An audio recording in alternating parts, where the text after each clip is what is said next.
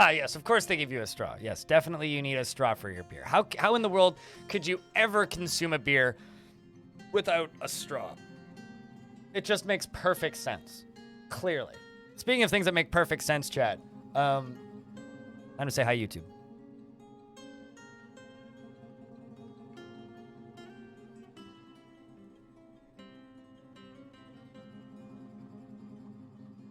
You banned plastic straws, so they're paper straws now? You know, it's probably for the best. I would never drink a beer with a straw. Like, just go straight into the bin if they give me one. I couldn't do it. So, we talked about the crabpocalypse from yesterday, right? Right? Well, we still have crabs, and apparently they're still breeding. Lady Crabitha isn't done yet. There are suddenly more crabs. So all of the baby crabs go into this cage. That or a bunch of them made it out because suddenly they became unassigned occupants instead of assigned occupants. So that or the crabs in this cage are making more babies. And they're still breeding them. Am I eating them? I don't know. So what I'm gonna do is I'm gonna place another crab cage right next to the crabs in the crab cage, and then we're gonna move all of the lady crabs from this crab cage into this crab cage, so we can split them up. So hopefully, maybe they'll stop making babies, and then if more baby crabs appear, then I don't fucking know. I don't fucking know. We'll throw them in the lava or something. Seems like it. That or one of these crabs made it over to here. Like maybe Eugene just ran over to the other side or something. I don't know. Anyway, in other news, we also have giant elephant seals, which I've apparently tamed some of them.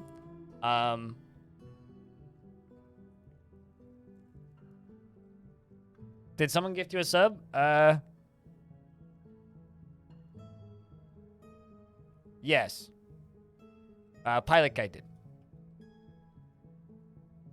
And apparently the door is missing from here because oh right, yes, I know why. Because I was going to rebuild that floor there. All right.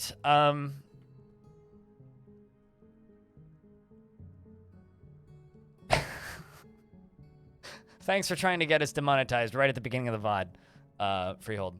So yeah, we have giant elephant seals, which are 1/3 the size or 1/4 the size of a giant sperm whale, which is kind of ridiculous. We also, of course, have these giant giant penguins, not giant emperor penguins, which I'm trying to like make them make babies, although I haven't caught the eggs in there yet. Tillin Artho is tantruming. My mayor's ended a mandate. Da da da da da da. Giant crab has returned to a wild state. Nothing has changed. There's a billy goat running around. Okay. How many books do we have in here now? 60 books. Number of books is going up, which is good. Yeah. You're tantruming, yes, Talon. You are, in fact, tantruming. The number of gravestones is getting comical. That's another thing I have to say. Like, genuinely getting comical. So many dwarves have died. Down here we have sheep and various other things. Let's see. Is there any animals that need to be pastured down here? Probably. Like this cow should be pastured down here. There's so many. There's so many crabs. You.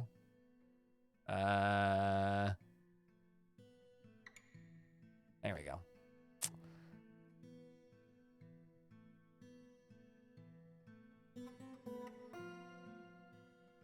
Oh, yeah. It's hard to miss it. YouTube made it very hard to miss as well. Unless they've changed it again after the last time, because they announced the changes like, I don't know, a few months ago? And everybody was like, "Brr!" And then they were like, yeah, and this goes into effect in a few months. And everybody was like, "Brr!" And then now they're actually in effect. So assuming that's what you're talking about, yes, I'm aware of that. Anyway, so the actual project is up here. This. But in order to do this, I need to add in 2 more of these.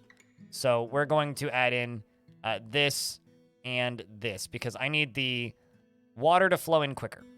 Yeah, 2 days ago. Yeah, that's about right. That sounds right. Oh, wait, YouTube reverses it? Then why are half of my videos limited on monetization now, then? Maybe I should talk to YouTube, then, if they reversed it. Well, I mean, okay, so if it was yesterday, then no, I wouldn't know, because I was streaming. Are they actually rolling that shit back? That's funny. If they are. Well, I guess that's for the best, then. Then, can someone please explain to me why this video has limited ad availability, even though I don't actually think I swear in the entire video? And also why this video has limited ad availability, even though I also don't think I swear in that entire video? Yeah. That's algorithm? Okay, cool. Good to know. I did notice some of my VODs got unlimited again, which is good. Speaking of limited ads, can you guys go to this YouTube video right there and leave a like and maybe a comment as well? It's a community fort. It's a micro fort. And, you know, the YouTube videos are having a hard time. And I've got a captive audience, and I was stuck in a loading screen up until a few seconds ago. So we're going to be expanding this setup over here. So that it actually works. Although it is working. It's just I want it to work quicker and more effectively. But we're getting somewhere with this project, which is cool. Out of DF is sus sometimes. Yeah, that much is true. That I'll agree with. I won't deny that. That is true. Sometimes Dwarf Fortress can be sus as hell. But Fortress is still going strong. Population is still good. We're still trading. The surface is kind of sketch. But let's roll through this. I know that, like, okay, so you guys know Mandalore Gaming, right? You guys know Mandalore? He put up a video on Callisto Protocol recently and mentioned on his Patreon that he didn't include any of the death animations so that the video didn't get demonetized. Like, he always cuts the video right when the death animations kick in, which I think is a goddamn shame. Anyway, so the named dwarves in the fort. Yes, there was lots of death yesterday. Give me a moment to read through all the names and then also check the soldiers. Avuz, a devilish potato, Akre, Arcanine, Ironami Ray, Baby Blueford, Bane 808, Blind, Bunch of Rocks, Crinkled Paper, Deadly, Deadly Awen, Diamond Destruct, Dr. Linden, Dravis, who's apparently pissed, Elfie Bean, Fallout Rain, FG Squared, Frank the Witch, Freehold Boreas, Geek to Games, who's a baby, Goth Brooks, Jazz, Jaden, Jamabama, Jelly Belly, Jerry Gord, Joe True, Laya Gushka, Man Horse Sauce, Neff. Oops. Wrong scene. Still has the thing on it. That's funny. I looked over chat, I'm like, why is everybody sleeping emoji? Well, that makes sense.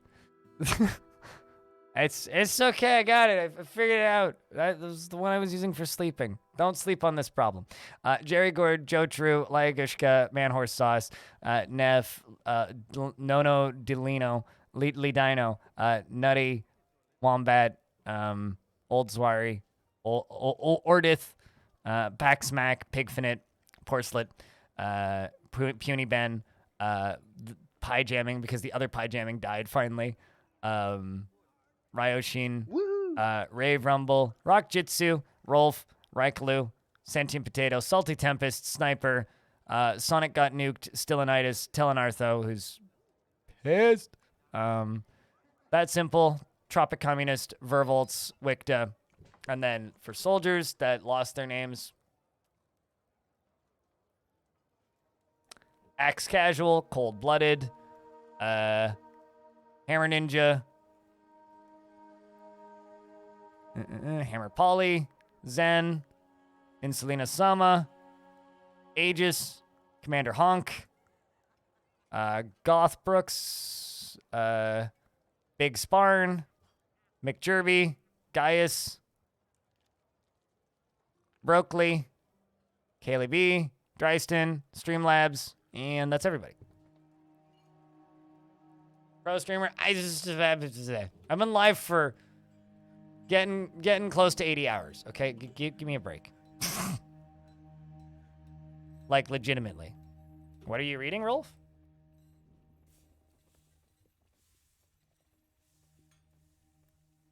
You are reading a Pitchblende Codex, which is...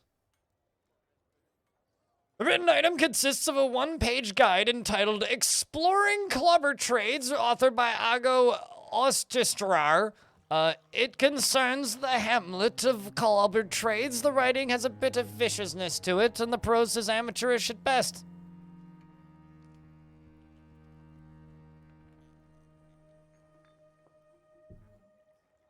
Did you get unnamed again? Yes. Cold-blooded.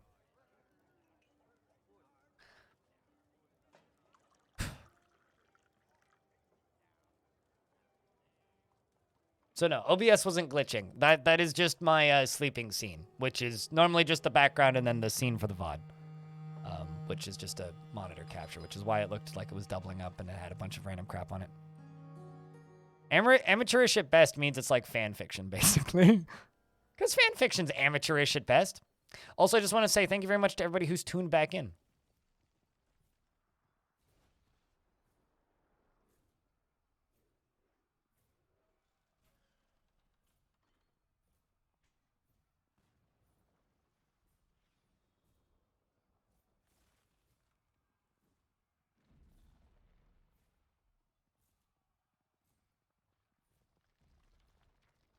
Gulp. Well,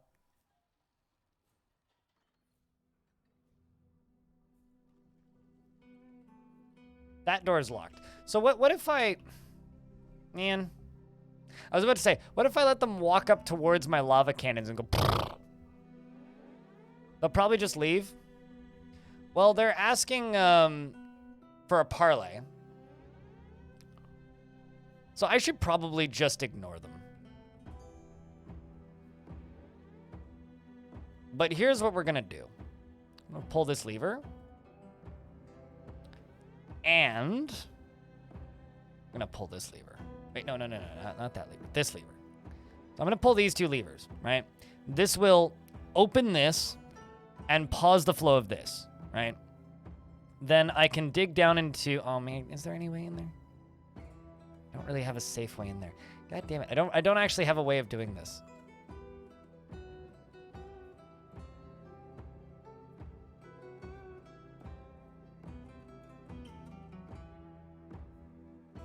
We'll just wait for them to leave. Yeah, no, not this time. Maybe by next time I'll have a setup that could do that. I would rather just make this work here. So instead, actually, I will just simply cancel the pulling of this lever. But doing okay. Yeah, doing okay, I would say. And as far as naming dwarves goes, I will toss in I will open up the naming for dwarves in about, I don't know, 10 minutes. Just keep an eye.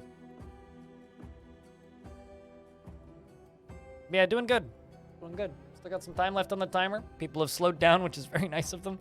This is like one of the first times in my life I've been kind of happy that people have been giving me less money. It's just like, you guys have been extremely kind recently. Where are those undead crabs? In my fortress still.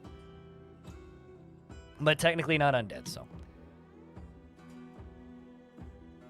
Looks like the edge of the map is frozen. Oh yeah, because there's no lava on the surface above it. I need lava up here to melt this.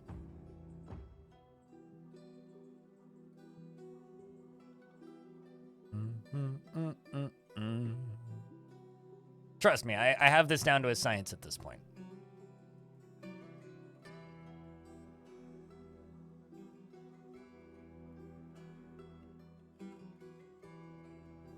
Does perma ice still leak? So what I do is I smooth it, and then I fortify it. And then when I fortify it, the ocean just flows in like normal.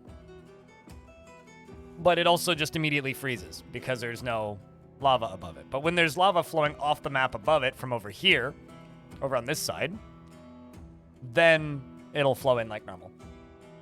but I need the lava on top of it.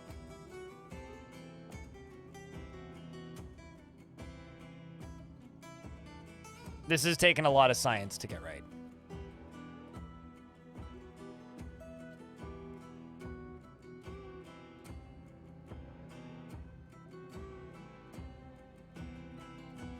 Apparently a cat was found dead?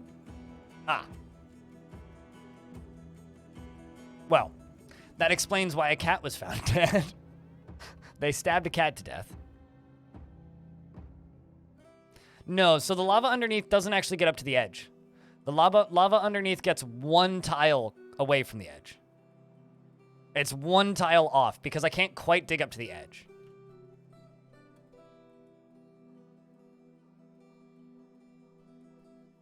What, for killing the cat? I mean, so there's invading the enemy, and then there's just being mean. Anvils, thank you very much for that 5-pack of gift subs. Sonic got nuked, I think, is in the chat right now. Got hit with a sub. Appreciate you, dude.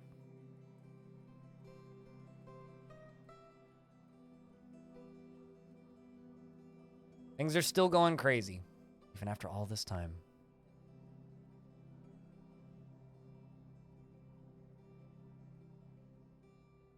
Yeah, you can't dig all the way to the edge of the map, and I can't fortify sand, so...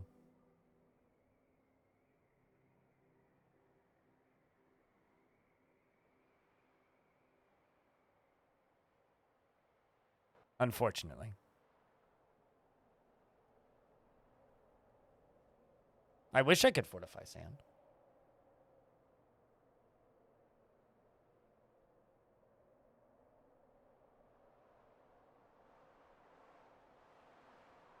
You know what's kind of funny is after all this time I have of this streaming, I still haven't received a text from my mom asking why I'm still streaming. Wonder if my mom's noticed that I've been live this whole time. She's probably going to send me a text tomorrow and be like, "You're not live, are you okay?" Are Drothla dangerous? About as dangerous as an elephant. They're a large wild animal. So, I mean, they're not meat eaters. They're not going to go out of their way to just automatically attack things, if that's what you're asking. I certainly hope so.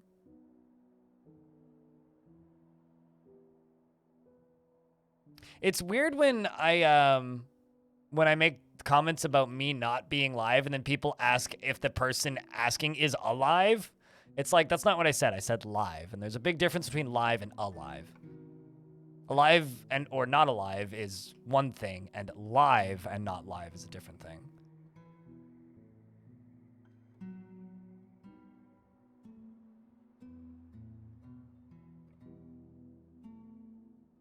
After flooding your entire fort by accident?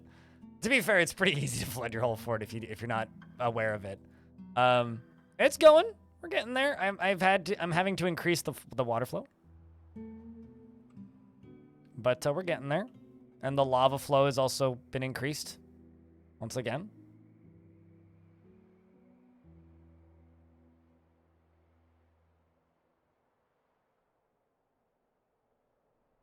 But how did you flood your entire fort on accident, if I can ask?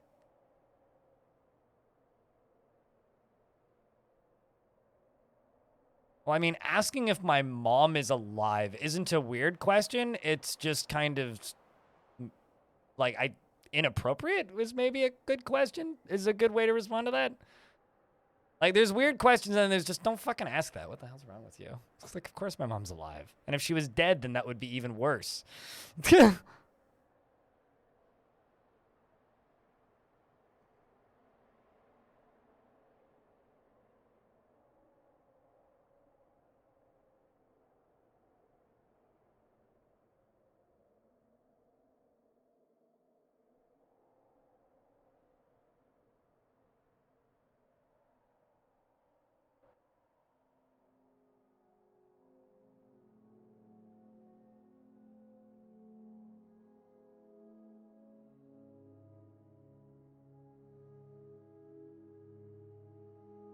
Yes, water has pressure. Lava does not, though.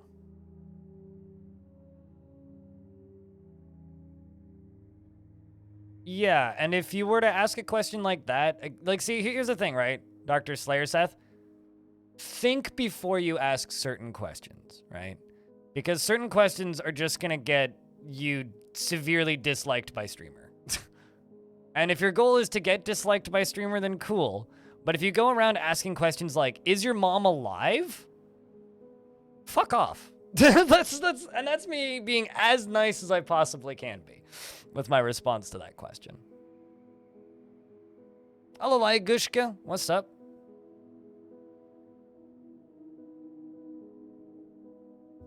This is a social space, right? And just like in real life, think before you speak, right? This isn't, and you don't have the advantage of being like, oh, I have a hard time thinking before I speak. Don't press enter, you fucking moron. Think. Don't ask questions like that.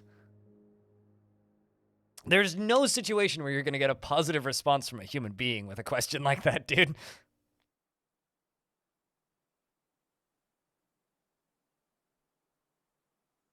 There's no situation. All right. So what we need to do is we need to connect these two. Still going. Strong. But still going for sure.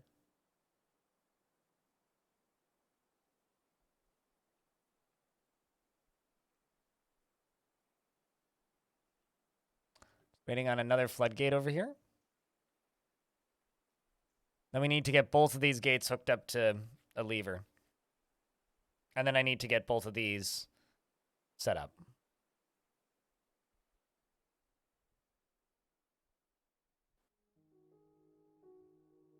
Still feisty? Yep. Still got attitude. Still awake, still alive, still going. Okay.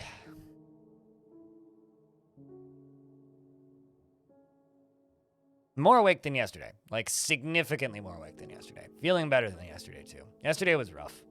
Yesterday was pretty hard, actually. Because did not get even remotely close to enough sleep.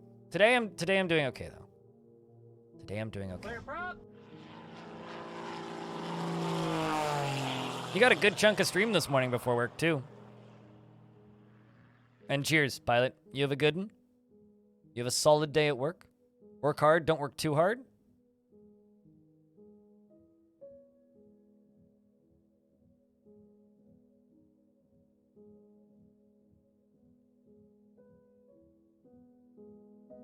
So I'm trying to get this hooked up, and then the one above it.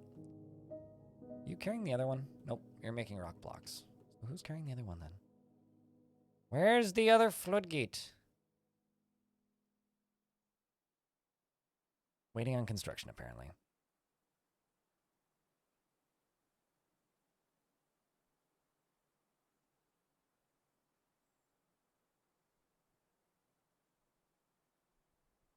You just spent 4 money on licorice. It's the vegan version and not that good. So, not licorice, but you know what's actually pretty damn good? Is vegan jerky. Which is like the most redundant thing in the world, I know. But vegan jerky that I buy is just like dried mushrooms with like the sort of sauces you would have on meats, and it's actually really good. Not fruit leather, no. No, it's dry. It's mushroom leather, basically. It's really good. It's like dried mushrooms with barbecued sauce on it. And it's a really good texture. It's just really tasty. It's also way cheaper than jerky. Like, dried jerky is, like, kind of expensive, especially the good stuff. Whereas, like, it's like a variety, it's like a mushroom blend, and I actually, like, read it. There's, like, 5 different kinds of mushrooms in it. It's really good. But as, like, a food replacement thing, gold is cheaper than jerky.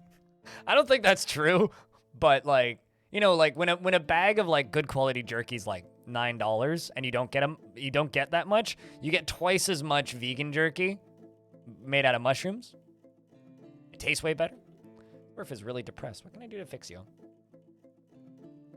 You want martial training? You want to craft an object?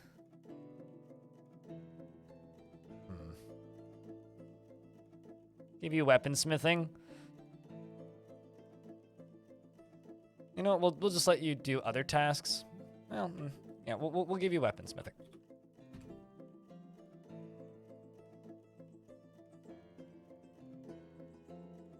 We're gonna start making copper spikes. Make 500 copper spikes. Yeah, and it wouldn't fit in my kitchen because my kitchen is tiny. I sometimes will borrow my mom's food dryer. Actually, my mom has a good dehydrator, which is what that is. And sometimes I will borrow it. There we go. My Gushka is coming over to construct this floodgate. Right there. Yeah, my mom will sometimes lend me her dehydrator, which is what that is.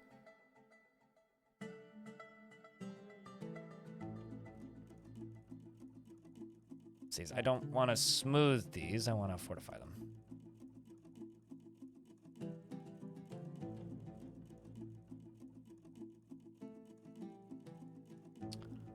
So now over here, we go back over to that lever.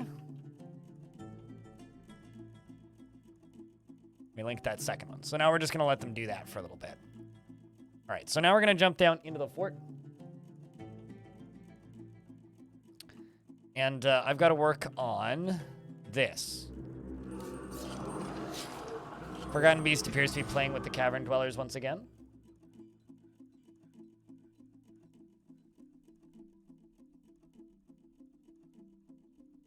But this is a temple, or it's supposed to be, or it was supposed to be a temple.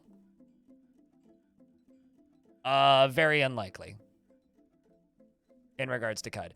I never planned for Cud for the for this subathon. People have asked for it a couple times, and I've noted it, but I never planned for it. And kind of, I played a lot of Cud over a short period of time, and kind of need a break from it. There will be Cud again, but give me like a month. I generally, after I play a bunch of Cud in a short period of time, I need like a 2-month break. Month or to 2-month break from Cud before I go back. It's nothing against the game. It's just that's kind of how I work with Cud. I've been pretty clear about that, but people haven't listened, so. You can keep asking, and go ahead and keep asking, but it's not going to happen for a little bit. Not until I feel like it again, not until I get the itch.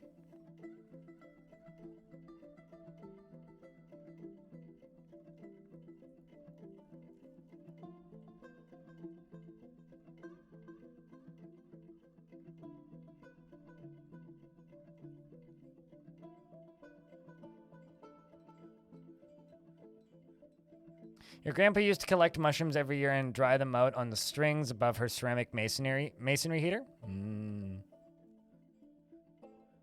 Why did I read that as they were good as straws, not they were good in stews?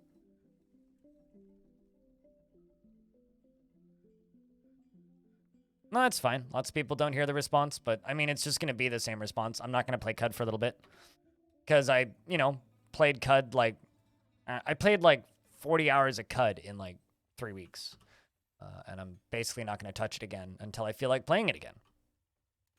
And Cud is a game that I burn out on quickly. I find a build that I really want to do, and I do it for a bit, and then when I die, I take a break.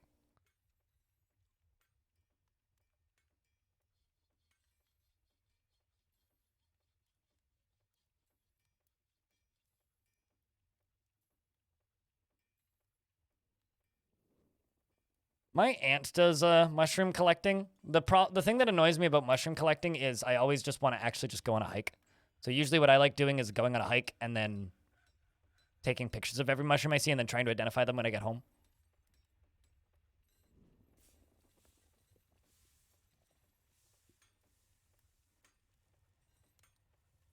How did I die? Go watch the last VOD. Spoilers. Sheesh. Yeah, I wish I liked Tales of Majel more. Prefer Angband. That game's just kind of hard for me to play and make entertaining. Because it's pretty repetitive visually.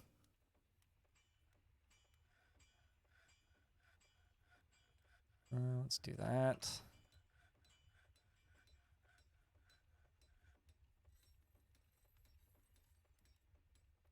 than that.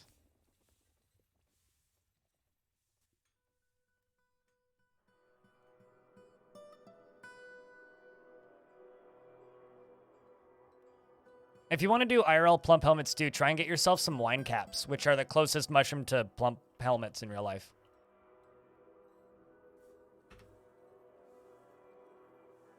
Just aesthetically, because they're huge. These things? Wine caps.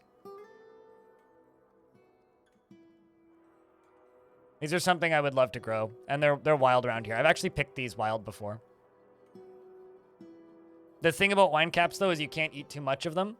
If you eat too much of them, they will give you some pretty serious digestion problems. And there's, like, certain types of food you can't eat with them, or it'll, like, make them toxic and give you indigestion. In Tarn and Zach's drawings, they look very similar to those. I don't know if they're based on anything, but...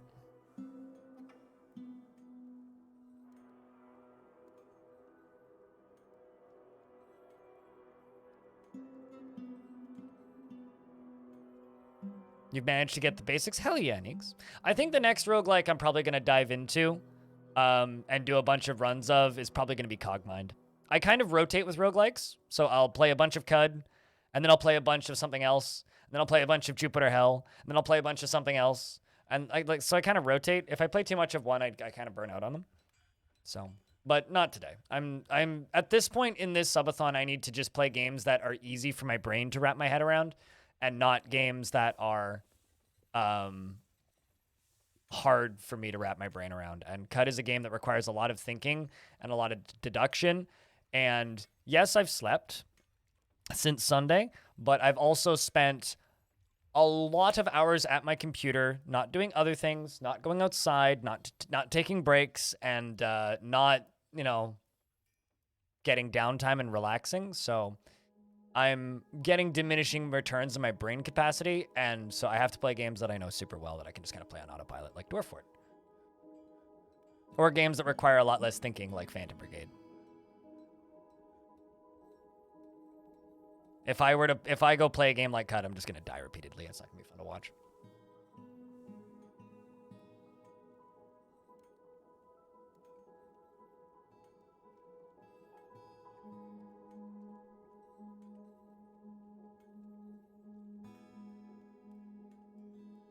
Hold on. Curious, what was the name of that game? There was I need to go through the 7-day. You should have taken part in the 7-day RL, Neeks. But there was a roguelike from the 7-day RL last year where you had to buy and sell items from different units to convince them to not kill you. I'm trying to remember the name of it now. Godzilla Mushroom? That's pretty great. I know them as Wine Caps or Garden Giants are the two names that I know of. They're probably a pest in Louisiana. Usually if, like, mushrooms are illegal in specific areas, it's because they are a pest or invasive. But yeah, they grow wild here, and you can cultivate them super easily.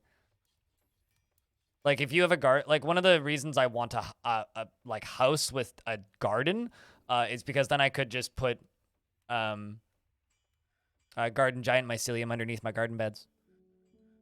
Just have them pop up all over my yard and pick them. Cogmind. It's a roguelike where you play as a robot and you blow up other robots and use matter that falls off of them to attach their parts to you, and you slowly go around upgrading your robot. I've never beaten it, and I'm not very good at it, but there was one time I made it to the final boss without actually killing anything on the last 3 floors, just by sprinting through everything and hiding around corners.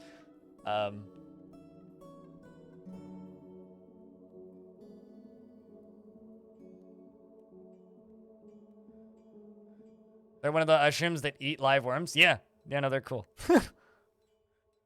Actually, I wonder, now that I wonder if that means that wine caps aren't vegan. I wonder.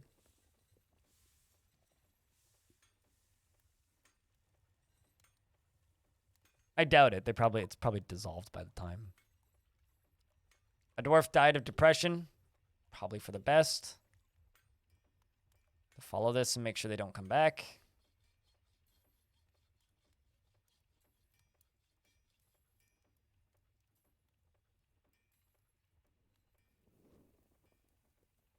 I buy them. I import them. We traded with humans in the summer. In regards to the fish, cold-blooded.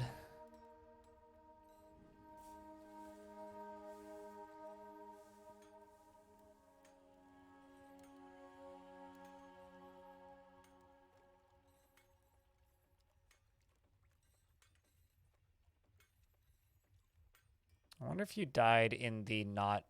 Oh, yo, I think that this dwarf died in the not resurrecting part of the world. It's very convenient.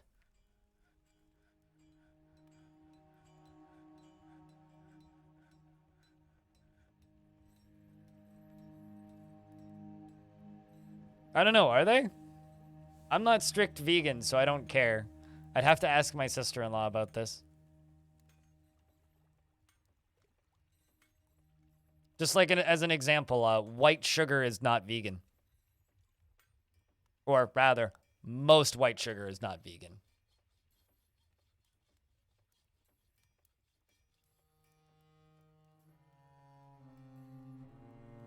Yeah, because it's filtered and they filter it through animal bones. So they take animal bones and they turn it into charcoal. Oh, there we go. Follow you. They take animal bones and they turn it into charcoal ash, and then they filter white sugar through it. What's up with the 3D wall around the river? 3D? This? Well, it's not 3D, this. These are just bars. It's a vanilla feature. It's these vertical bars. You just place them and they, out of whatever metal type, and they do that.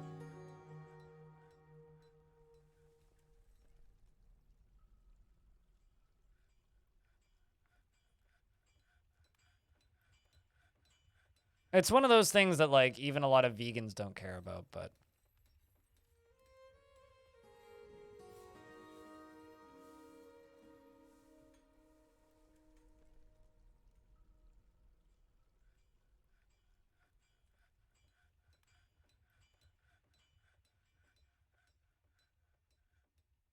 Vertical bars, that's just the way they look.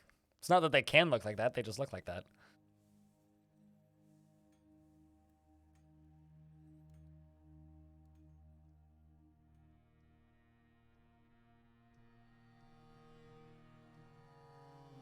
Okay, we got that body out of there. What's the current project? A few things. Main one would be this one up here. But, or rather, slowly making obsidian. It's going to be kind of like an obsidian funnel. Is going to be the easy way to explain it. I don't know. I'm not a strict vegan, so I'm not the person to ask any of these questions. JKRT. Like, at all. So don't ask me. I don't know.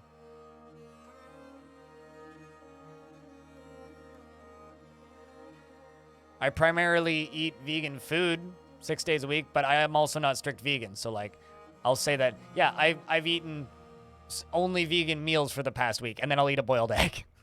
Like, so I'm not picky. So I don't go staring at things. So you'd have to ask somebody who's actually strict vegan, not me. Because they've done the research. I haven't, because I don't care.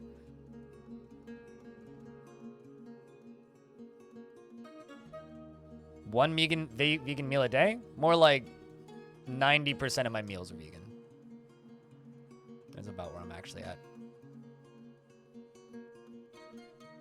Because the lava hasn't reached the end here, because I've sealed this off, it's just going to freeze off like that.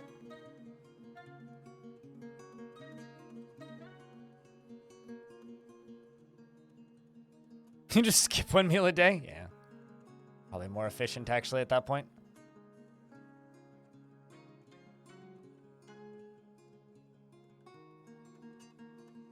You have been for over a decade? Yeah. Respect.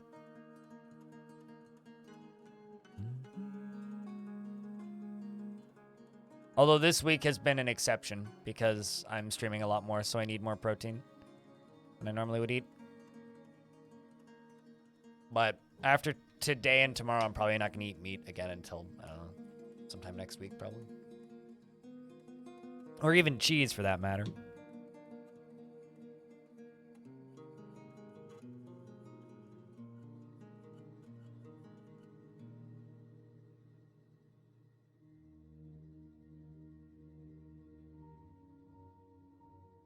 I became a weekday vegan after working McDonald's for 6 months.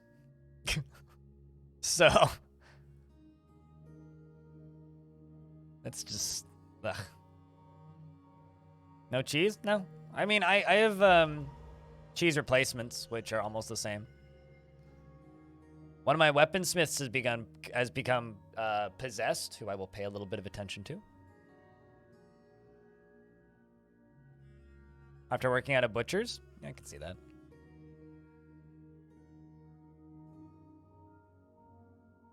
You know, it's funny. Like, I could live without almost everything, food-wise, that you lose out on while being vegan or vegan specifically. Like, I can live without food, I can live without eggs, I can live without almost everything except for fish. Fish is like the one thing where I'm like,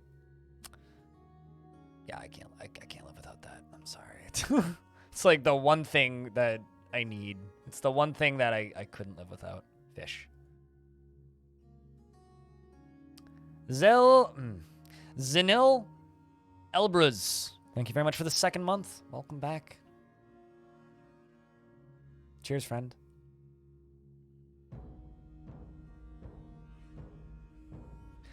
So I used to have a really hard time dropping milk and dairy products. Now that I'm a type 1 diabetic, stupidly fucking easy. Cheese, as much as tasty as it is, does weird things to my blood sugar when I eat it with carbs. And so unless I'm just like eating cheese by itself, it always does weird things to my blood sugar. And milk is even worse. Like, I haven't had milk outside of a London Fog tea latte that I had after a hike not too long ago. All right, he's claimed a magma forge. After that was the last time I had milk, or the first time I'd had milk in like 3 years. I don't drink milk at all. Yes, I did have cheese, and the reason I'm eating cheese right now is because I need more protein than normal because of these stupidly long streams I'm doing. Like, legit, that's the only reason I'm doing that. It's the only reason I'm eating cheese. But milk specifically,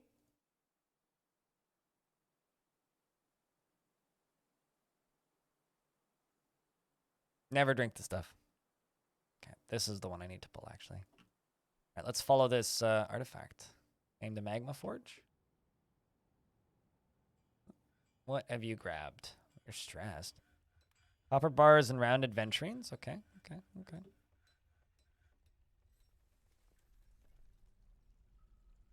Well, welcome to the club, though, Pierre. I mean, like, this is one hell of a good game.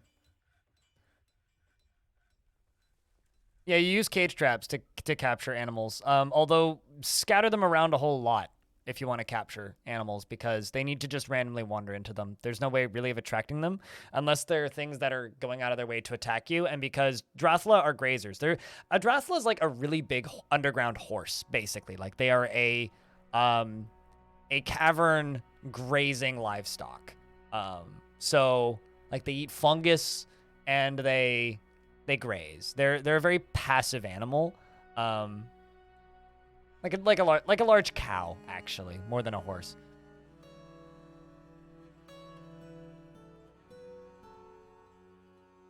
Well, enjoy it, Freehold. Enjoy it. Like, the thing about Dwarf Fortress that I'm really happy that's kind of survived post Steam launch is, like, the community still feels largely the same. And the Dwarf Fortress community is just this, I don't know. It's funny because, like, pre-Steam launch, every now and again I'd hear somebody accuse the Dwarf Fortress community of being gatekeepy for one reason or another. Usually there's somebody who doesn't play the game who's just looking for a reason to not. But I've always described the Dwarf Fortress community as, like, the opposite of gatekeepy. Like, we will violently assault you and force you to hear everything about our video game that we love playing. Yes, you can domesticate Drothlas. I would tame them in the cage initially, train them in the cage initially from the animal screen. So open up the pets and livestock, or open up the others screen, scroll down until you find the listed thing and click on the train button. Then they'll start training it. And once it's trained, then you can move it to a pasture. Speaking of, I need to make sure that my... Sweet! Domesticated. We've also got we've domesticated walrus and giant elephant seals on this map. You can't war train from others. You have to train them into the normal livestock menu, and then you can war train them.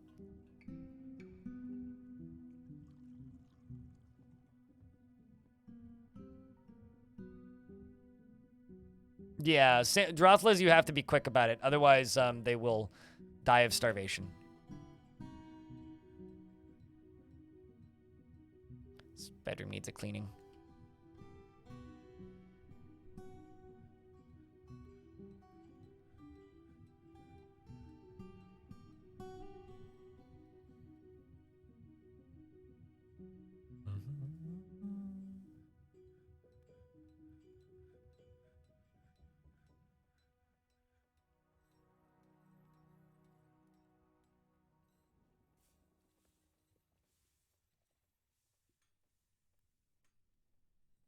Oh, is that today? For some reason, I thought that was Friday. Cold-blooded. Huh. Yeah, okay. Happy International Women's Day. I don't know what I can say about that, but shout out to anybody that's relevant to. Not me. Not to be weird, but isn't this technically day 4? Because we started on Sunday. Sunday, Monday, Tuesday, Wednesday. This is day 4. We're on day 4. Yeah, day 4.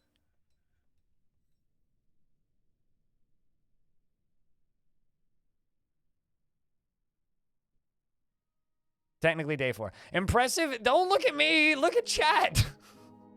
This is their fault that I'm still here. They could have let the stream end in 8 hours on Sunday. This could have just been an 8-hour Sunday stream. But no. No, we had to go. Those things, dude. What you been up to?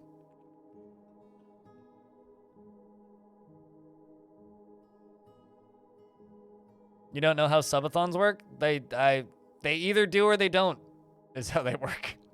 So or the way this subathon works is any, sure, Peldoras.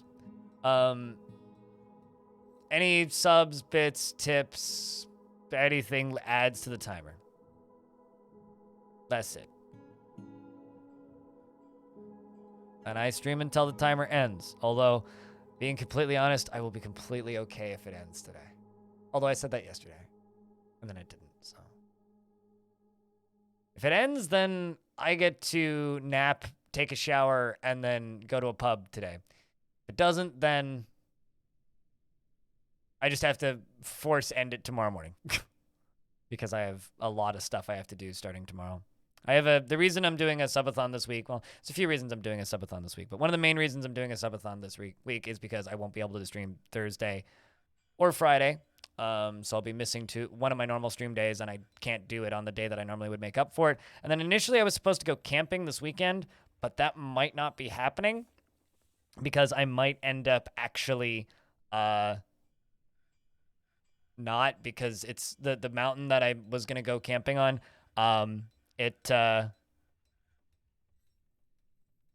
I don't know. I would find out when I get there, because, well, I wouldn't go to a pub, rather. I'd go to a brewery, and the brewery that I go to has a different menu every 3 weeks, so I haven't been there in a few weeks.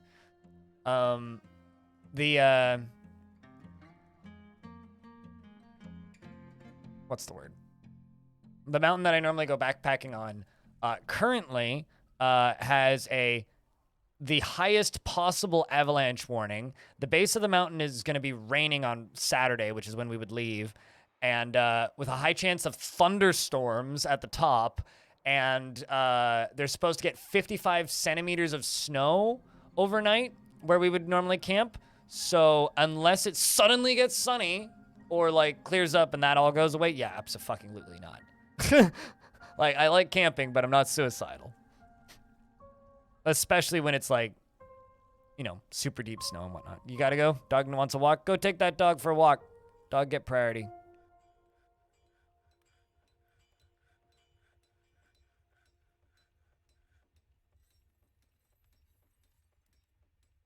Yeah, it's not worth dying. Geek to Games, thanks for the 5-pack. Appreciate you. No, not the kind of camping I'm willing to do. And all the other like easier, safer places are closed at this time of year. Like there's a small island that we go camping on sometimes in the summer, but it's not open till May, so worst case, we end this tonight and you guys will get a stream on Saturday. Or Sunday, depending on if I hang out with my friend or not. Which I might, because we're supposed to go camping, so we might just go plot other camping ideas and go hang out for the afternoon. And if we do, then we'll do a stream on Sunday. Maybe we'll do some Cogmind then or something. The thanks is getting less and less enthusiastic. My me hurts, okay? But thank you very much for the 5-pack.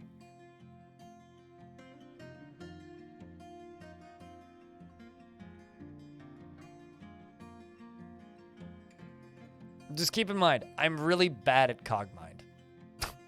just keep that in mind. I'm not very good at it. Probably the roguelike I'm worst at. I'm glad you support cool game devs. What time Sunday? Same time I always stream. 9 a.m. Pacific. But also I'm not guaranteeing or confirming anything, so. The only days that I'm guaranteed live are Tuesday, Wednesday, Thursday, 9 a.m. Pacific. Except for this Thursday, because I have a fucking doctor's appointment. Yeah, no, Cogmind and Jupiter Hell are both games that Cogmind, Jupiter Hell, and Caves of Cud are 3 games that basically everybody should buy if you like roguelikes.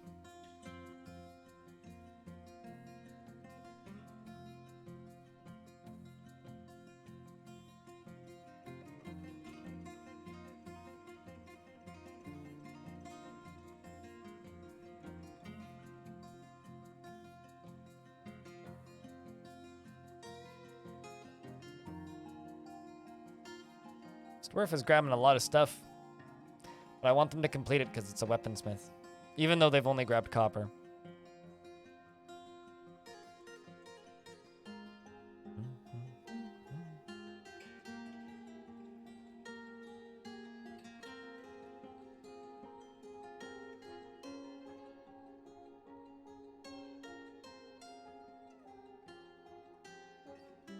He's still tweeting.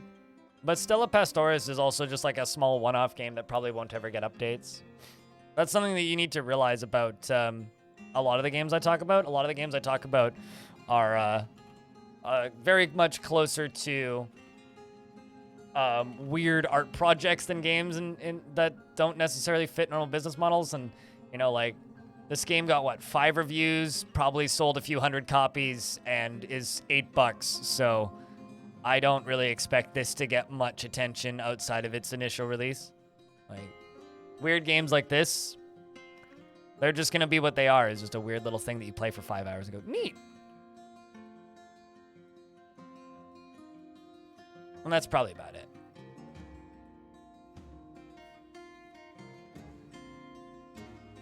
Kind of mysterious construction. Okay, what did you grab? Cloth, silk, leather, granite, llama wool, paracut, gems, round adventurines, and copper bars. So it's going to be a copper artifact of sorts. I'm hoping for copper furniture.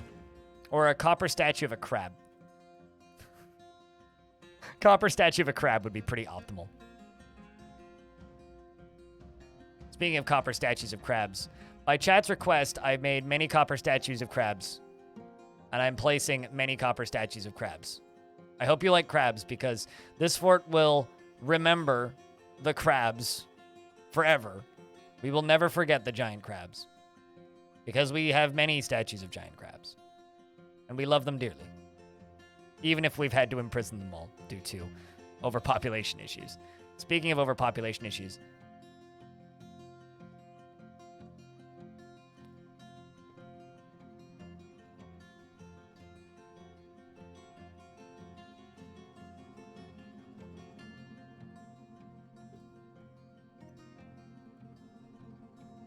I didn't wipe them out, no. I did not. I've simply restricted their movement.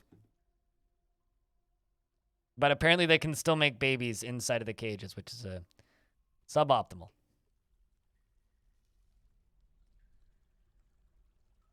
The problem is we lose dwarves every time I try to butcher them, so it's just kind of not worth it.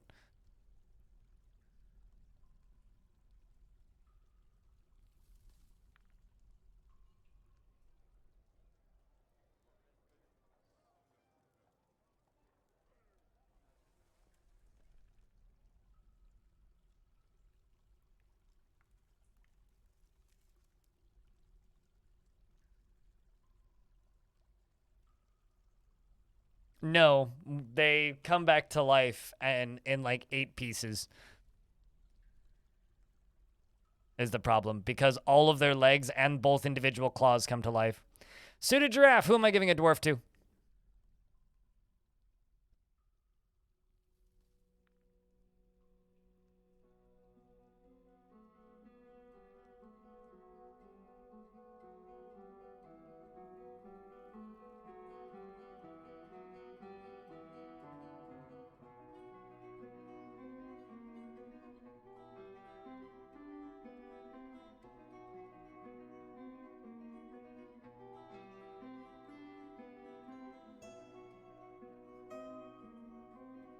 Whatever.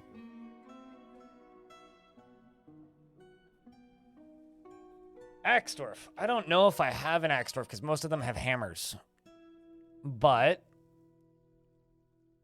yeah, my 2 axe dwarves are both named. I can give you a spear dwarf. Because the only material we have for weapons is silver, so I've just been making hammer dwarves. That one with a beard. How about the militia captain?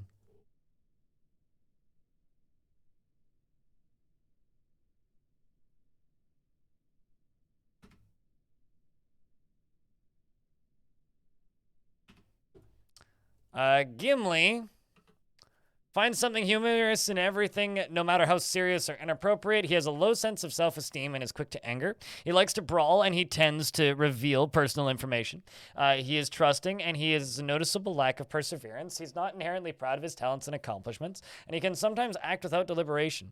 He tends to make a small mess with his own possessions, and he is not particularly interested in what others think of him. And he does not tend to be swayed by emotional appeals, and he likes a little excitement now and again, and he needs alcohol to get through the working day.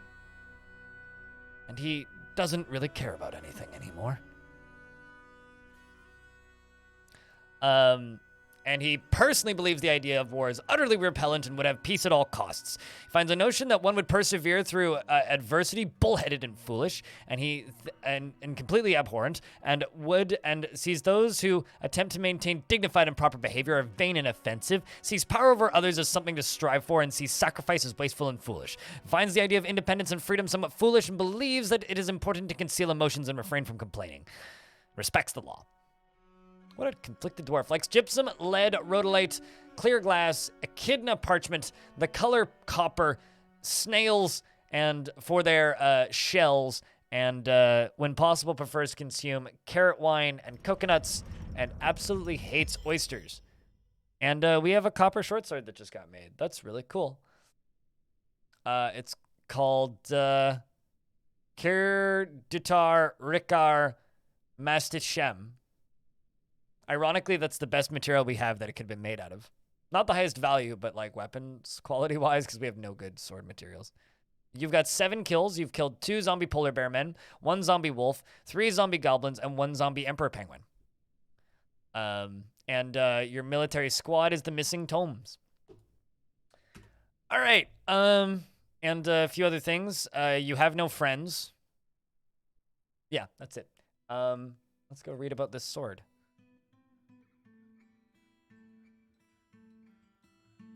This is a copper short sword. It's quite valuable, actually. 7,100. This is a copper short sword. All craftsdwarfship is of the highest quality. It is encrusted with table-cut copper and encircled with, you know, has feels bad, man.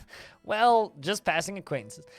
He is of the highest quality. All craftsdwarfship is of the highest quality. He's encrusted with table-cut adventurines and round granite cabochons, and studded with copper and encircled with bands of giant mole leather and cave spider silk. This object is adorned with hanging rings of sheep's wool and menaces with spikes of adventurine. On the item is an image of Ago Call Thieves, the goblin in llama wool. Ago Call Thieves is in the fetal position. The artwork relates to the death of the goblin Ago in a cage in the murky sea in the early autumn of 254 in a cage. Interesting.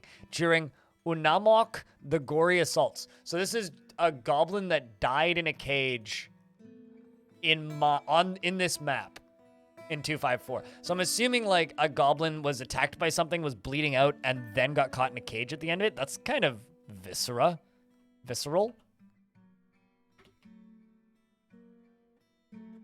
Anyway, that's gonna go on a pedestal in the Metalsmiths Guild.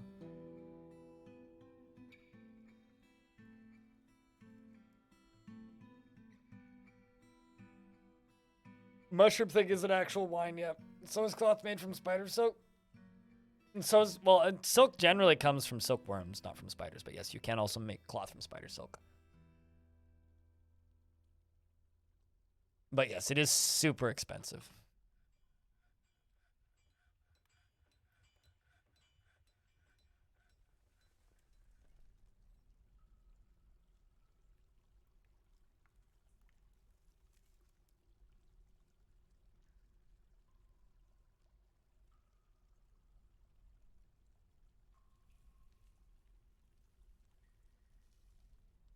Let's actually just pass out a couple more of these.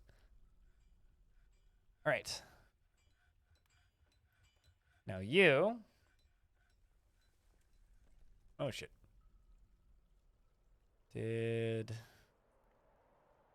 Sweet. This has gotten sorted. Down here, we need to forbid all these tasks. Hayatobot, hello. I think it's probably for the best that we don't have giant cave spiders IRL.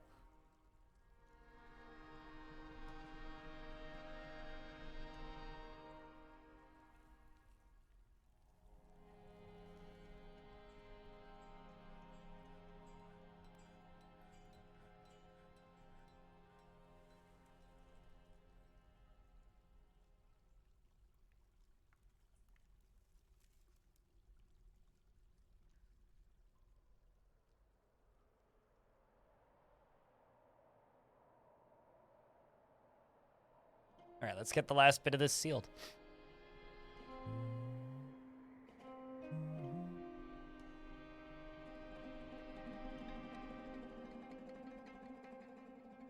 To ride to work. All right. I think, chat, we may have just detected a supervillain here. Wants to ride a spider to work.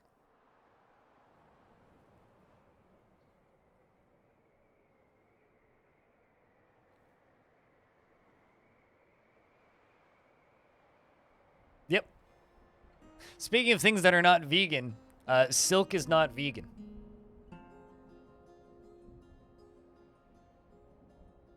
Neither are figs, but that's a different discussion.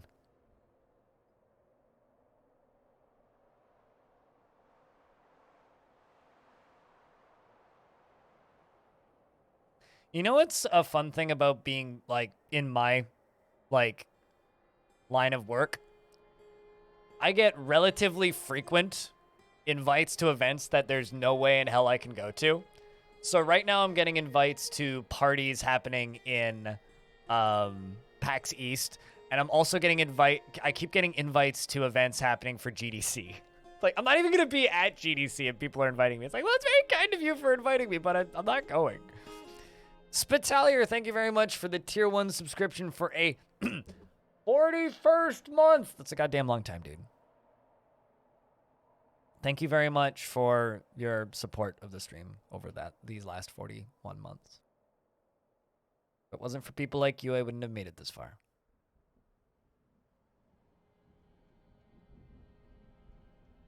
Oh yeah, like leather is not vegan as an obvious example.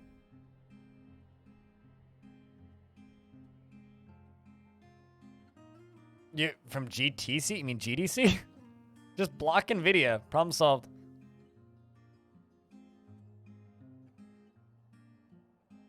It's nice to keep seeing me online. I'm pretty beat though. It's like working overtime for 4 days straight. It's kind of how I feel, you know. But it's not a bad feeling. It's been fun for sure. Sleep soon. I mean, I slept last night. I slept okay last night actually.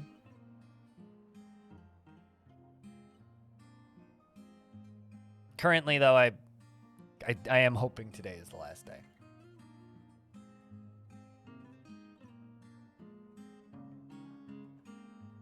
Vegan is a... I would actually argue that being vegan is a bit more of a lifestyle than a diet.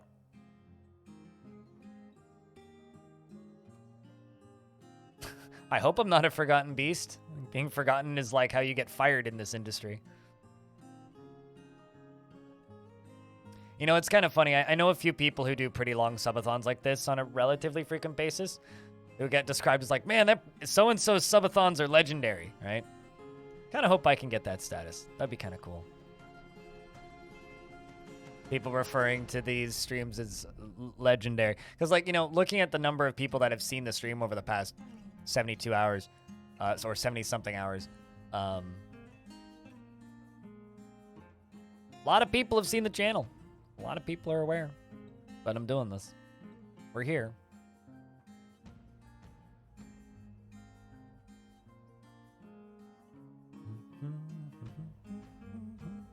Yeah, because Sunday it was 16 hours, Monday total 24, Tuesday total of 24, and we're at 9 hours on Wednesday now.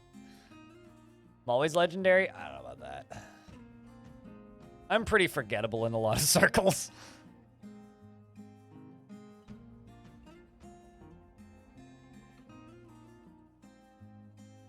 That's actually, I would argue against that, Peldoris. Just because you're vegan does not necessarily mean that the food you're eating is healthy. That's not necessarily true. Oh, it's an NVIDIA AI conference. Oh, okay. I've never gotten invites to GTC.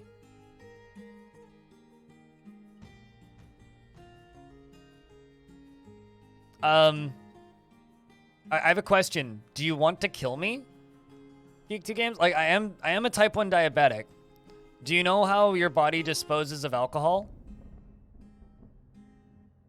You urinate, right? The way your body gets rid of alcohol is it takes all of the carbohydrates in your bloodstream and it attaches those carbohydrates to the alcohol, right? And then you urinate that out. So you're essentially telling me to vent my carbohydrates, which for a normal person would make you feel a little queasy and fall asleep. For me, it would put me into a coma. So my question is, are you trying to kill me? And long story short, abso-fucking-lutely not. Never bring that up again, thank you. I can drink, like 3 beers tops, but I will never, ever do that.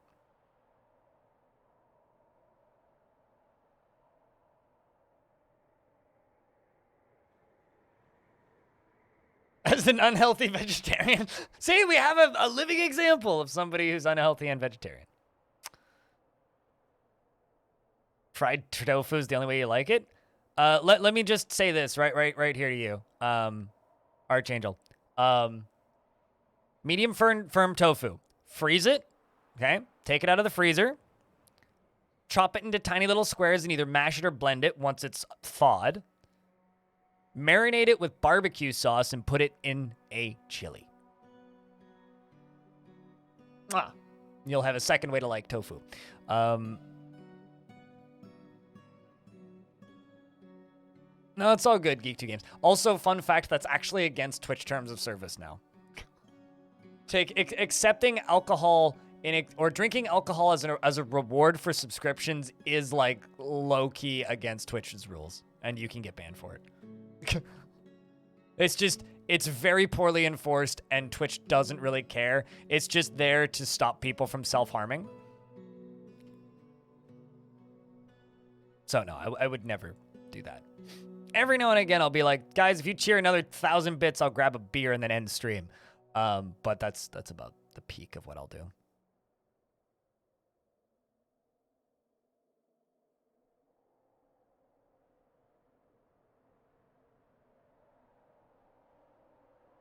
I mean, I'll smoke weed on my other channel, just not on this one.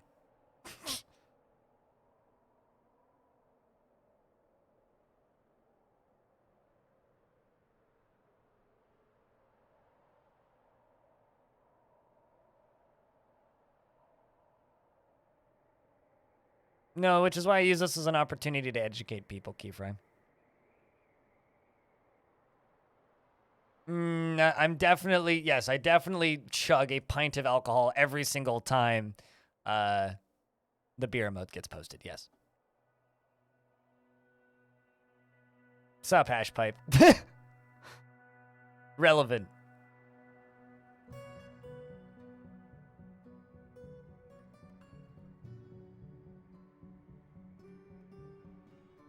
It's okay. Cryptlick's got this. I'm sure. Hi, Gushka.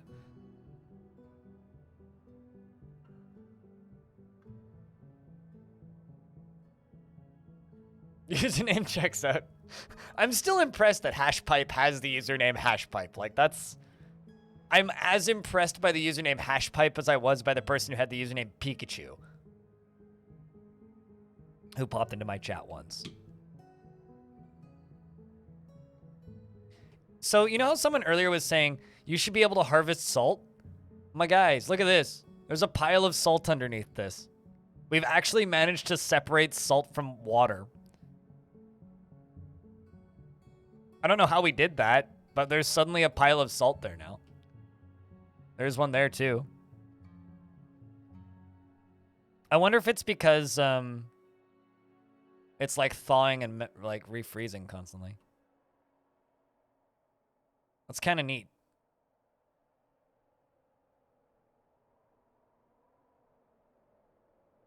All right, well, I'm going to close this.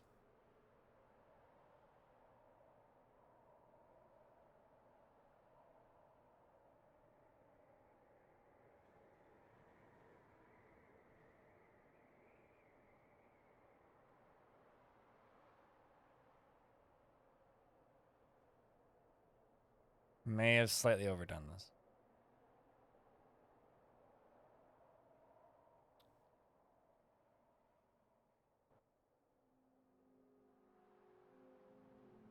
I love how people just add the word quantum to random things in Dwarf Fortress for no reason.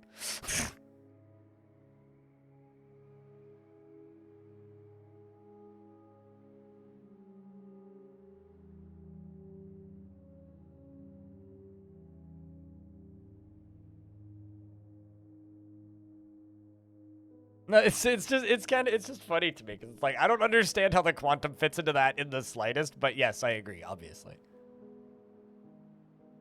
Okay, so these are shut now. Now we just wait for this to drain.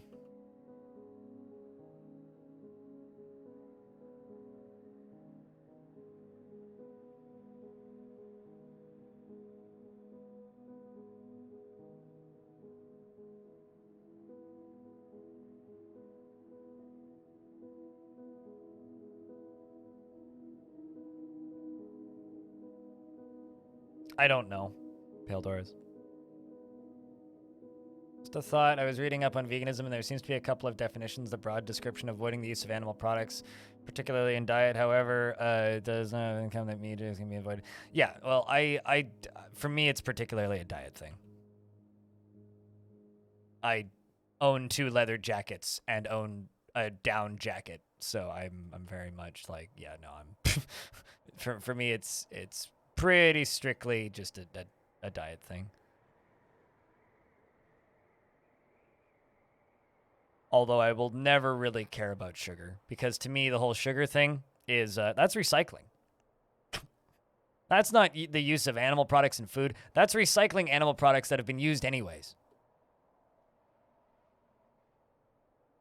It's not a religion? Bet. There has to be a veganism religion. That has to exist. There's no way that doesn't exist.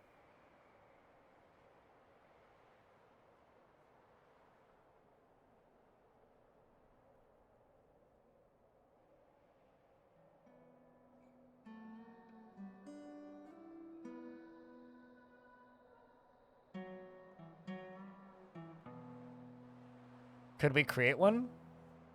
No.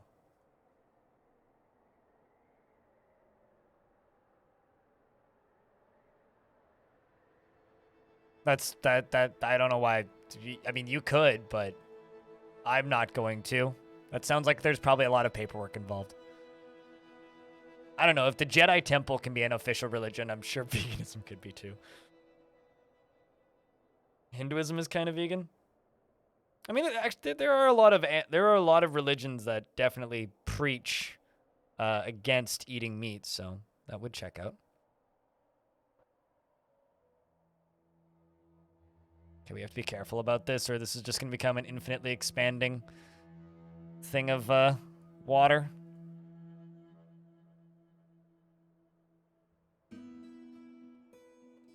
But fortunately, this is a quick and easy way to get rid of water.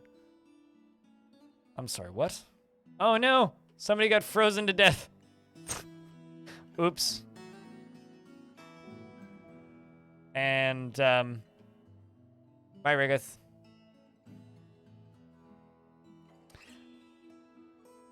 We may have a problem, chat.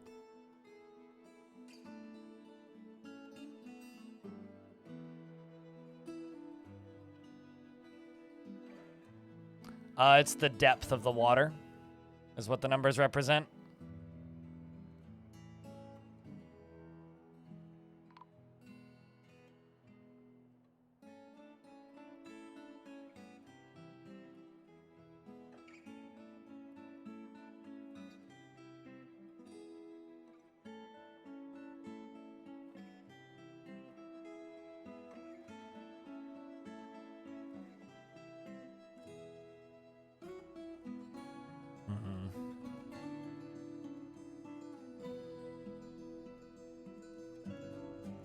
Okay, is there a particular reason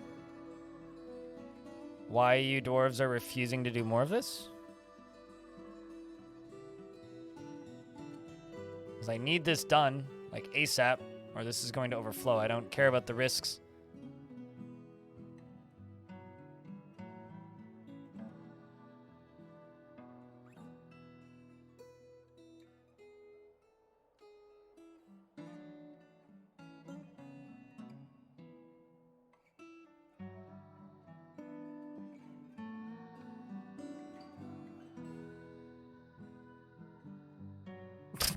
Another one just got zapped.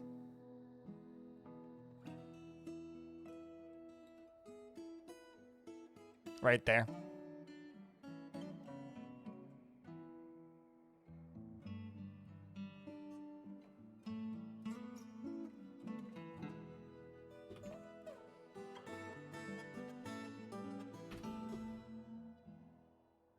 Did this game get prettier? Well, I mean, the official tile set is out, if that's what you're asking about. So there's official graphics packs now. But I think that ASCII's prettier than the tile sets. If you had to ask me, I would say the game like this has much more variety and interesting colors, and it's still the same game.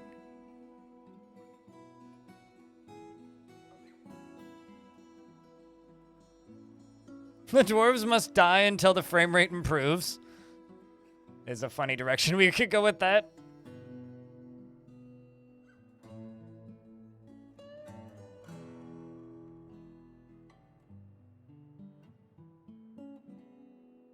Because I have a very big mining guild.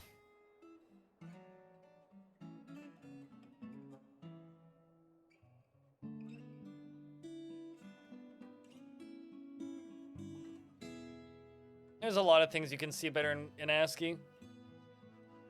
Waves are just one of them.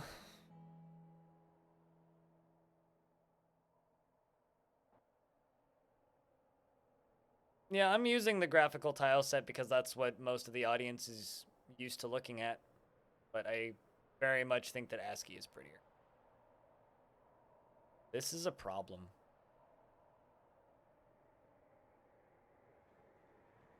The freezing creating more water thing. Big problem.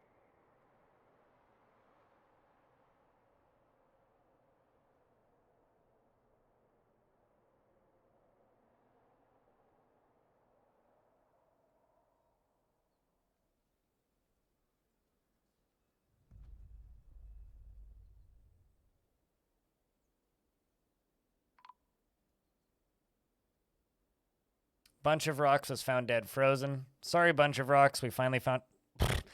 Fuck's sake, why did you do that? Me.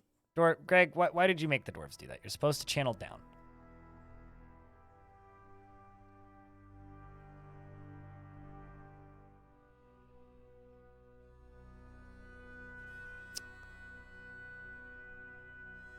Okay, hold on. No. I understand what I'm doing wrong here. Okay, we just can't cut through these until we get this sorted.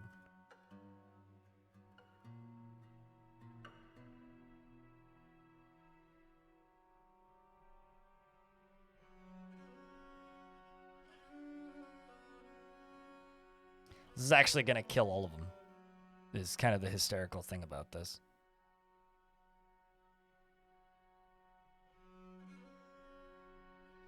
I see what's happening. And why I've lost like 4 dwarves now in here. To do another bunch of memorializing. Still here. Peak. Still here.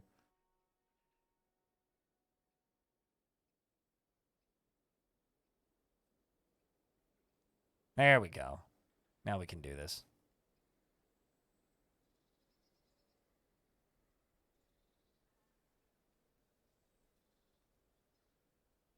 So it's immediately sealing off the lava on the lower level. Like that. And they shouldn't fall into it, ideally. What's the problem? The dwarves are getting instantly turned into Han Solo and dying.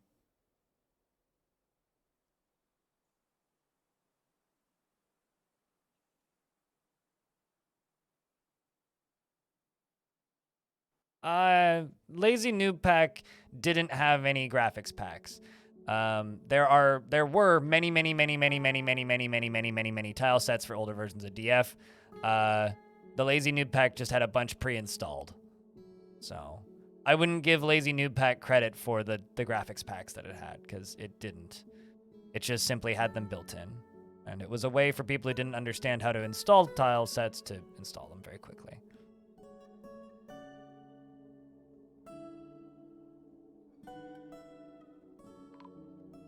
Because it's kind of hard to explain unless you understand how Dwarf Fortress works. So I'm kind of not going to bother. Apologies, Sleepy. Tired brain is not functioning at full capacity. If you can't deduce what was happening before and why it isn't happening now, that's it. Woof. Like whack-a-mole.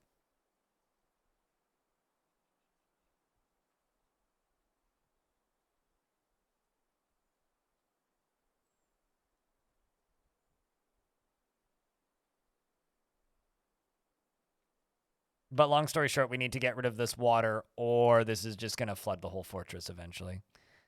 Because, fun fact, water multiplies when it thaws. And it keeps freezing.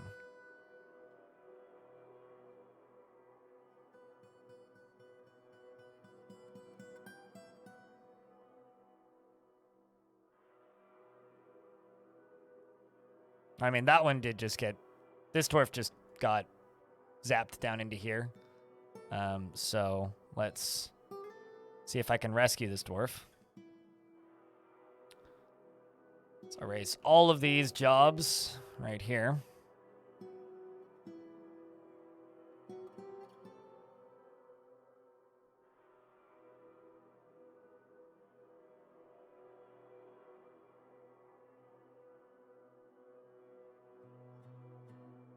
Can you climb out?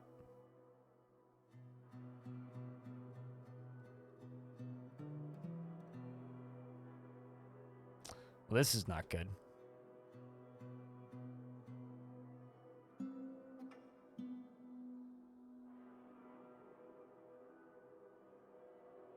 Too much water. Yep. No, I know.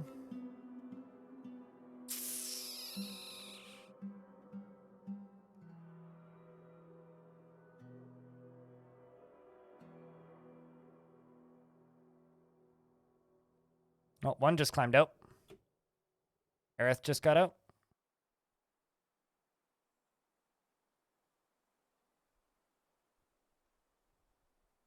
Come on, you can climb up those stairs. Use it. Come on, dude. All right. Well, go back to plan B then.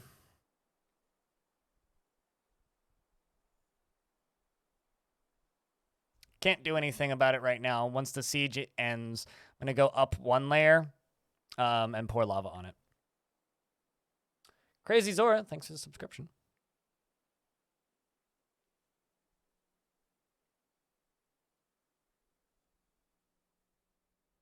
Okay, so if you click on the beast and you go to its health menu, click on description, it'll say what the beast is. So if you click on the beast and you go to health and you click on description, it'll tell you what it is right there.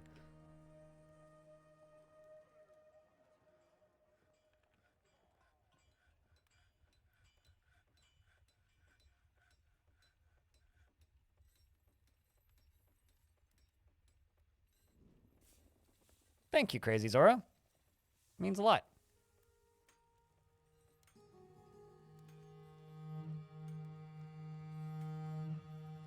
That's what I'm trying to do, but the water flow got out of hand just there. Which is actually the second time this has happened. That the water flow's gotten out of hand.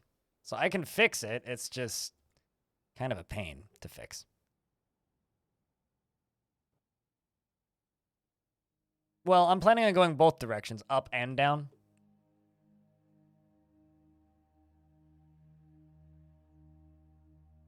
So I'm going to close this part of the bridge right here.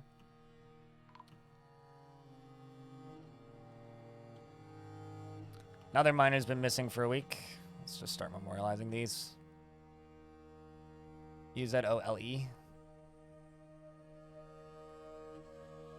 But to anybody who, or to the person who popped in just a minute ago, Crazy Zora, thank you very much, seriously, for the kind words about the YouTube stuff. YouTube channel's been having a little bit of trouble lately, so it means a lot. Unfortunately, the YouTube, I think, is just going to permanently be a backseat thing from the Twitch stuff. Twitch stuff just does better for me. Always been more of a streamer and always will be. But the YouTube stuff will keep happening.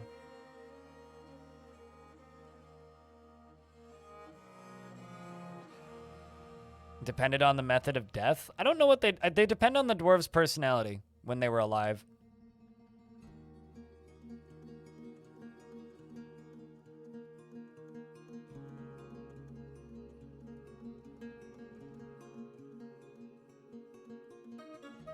I mean, it would be cool, but it's not how the game works, so.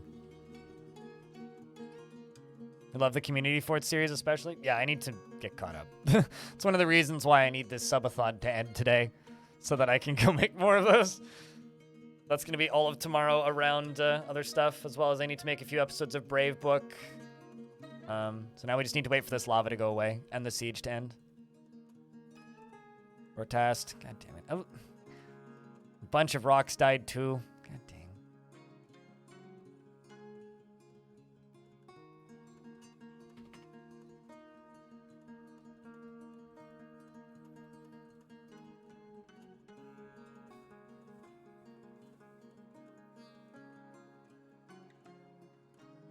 Go back to building this temple.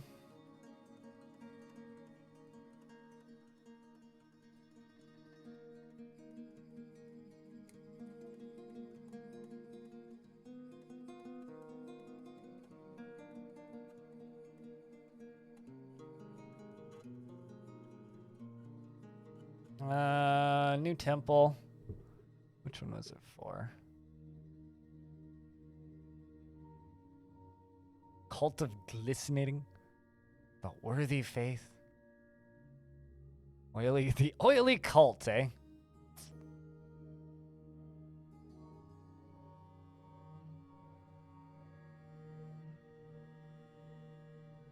I think it was this one, the Tecturian Creed. No, it was the Cobalt Doctrine. It was definitely that one.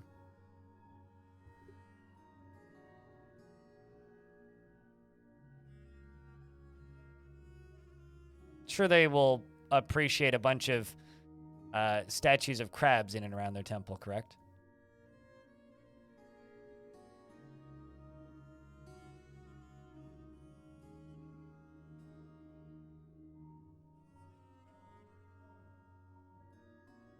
I don't know what you mean, Boreas. What?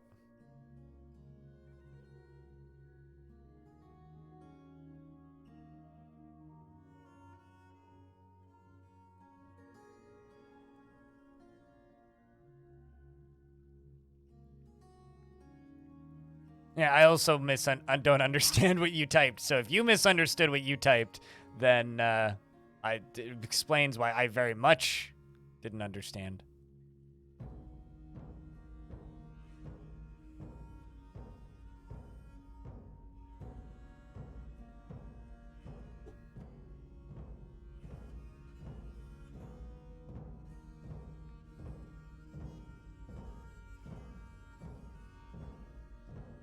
Don't get too used to the trapping things with doors, though. In regards to trapping creatures with doors, that is a bug. And not the way the game is intended to work. It is a bug with a change that they made to the way workshops are constructed.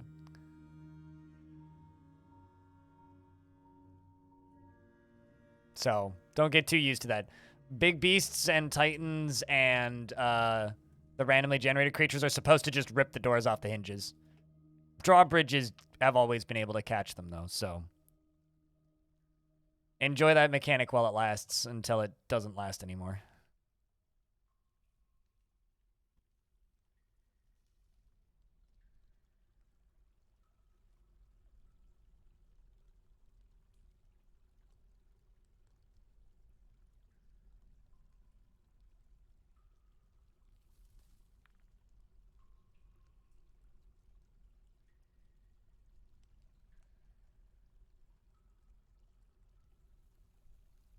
It's your training wheels? Yeah, that's fair.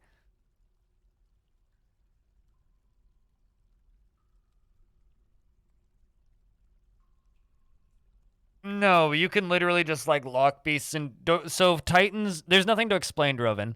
Titans and Forgotten Beasts cannot rip locked doors off their hinges right now for some reason.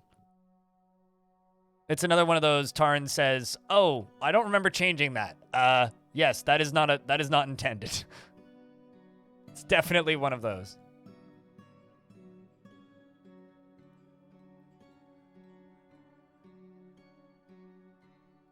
What, when doors no longer do that? I mean, that's the way they've always been in the past, so people will be fine, I'm sure.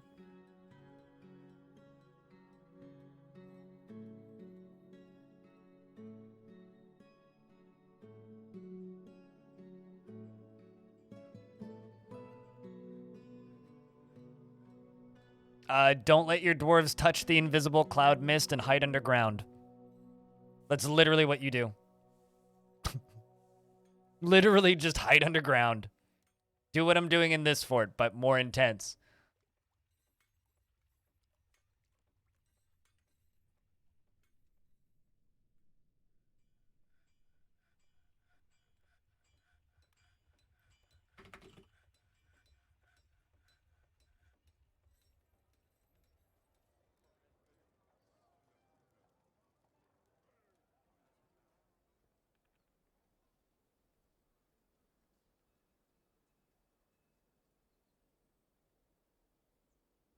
So we'll just let this fill up, and then I will just go up here, channel at the top, and pour lava on it.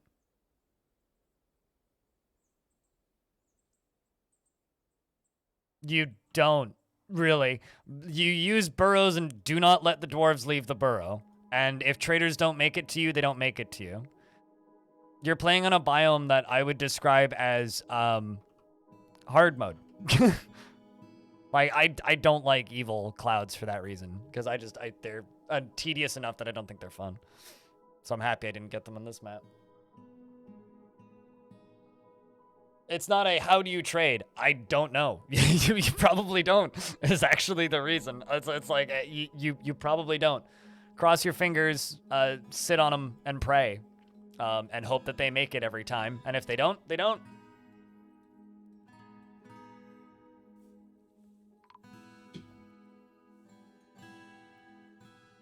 Evil clouds I would also describe as almost more of like an adventure mode adversary too. It's like, yes, they are in fortress mode, but they make sense in adventure mode. I don't particularly think they make sense in fortress mode, but...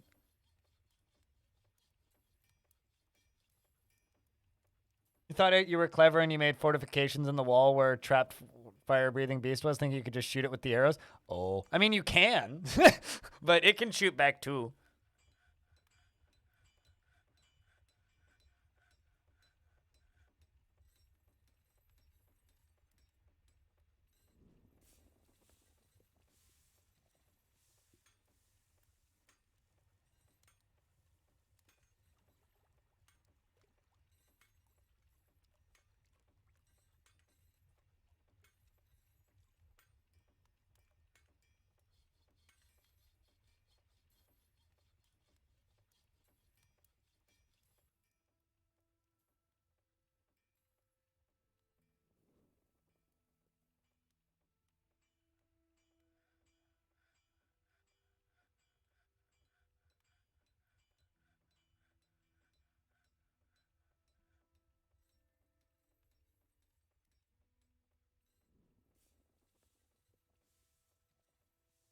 Hello, White Bull.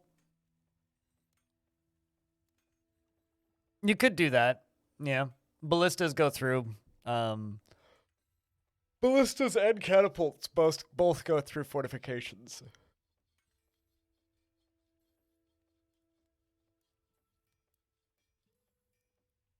You've never been able to build a way for caravans to enter from the caverns. They will exit through the caverns, but you've never been able to make a way for them to enter through the caverns.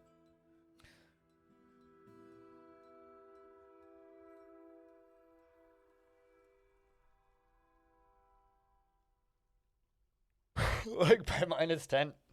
Oops, I did a bad. Speaking of bad, my population's still dropping.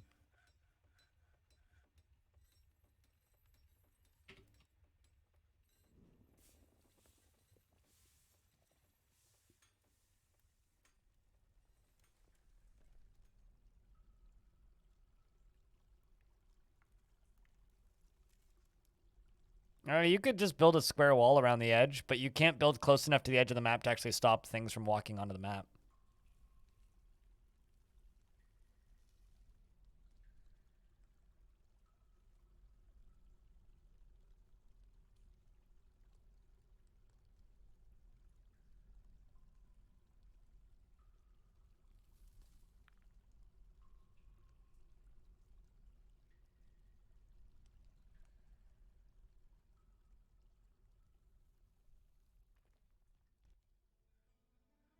You know, it's kind of funny. I'm not sure who mentioned it up there in chat, but somebody said that the Steam forums are going to be a mess when they fix doors finally.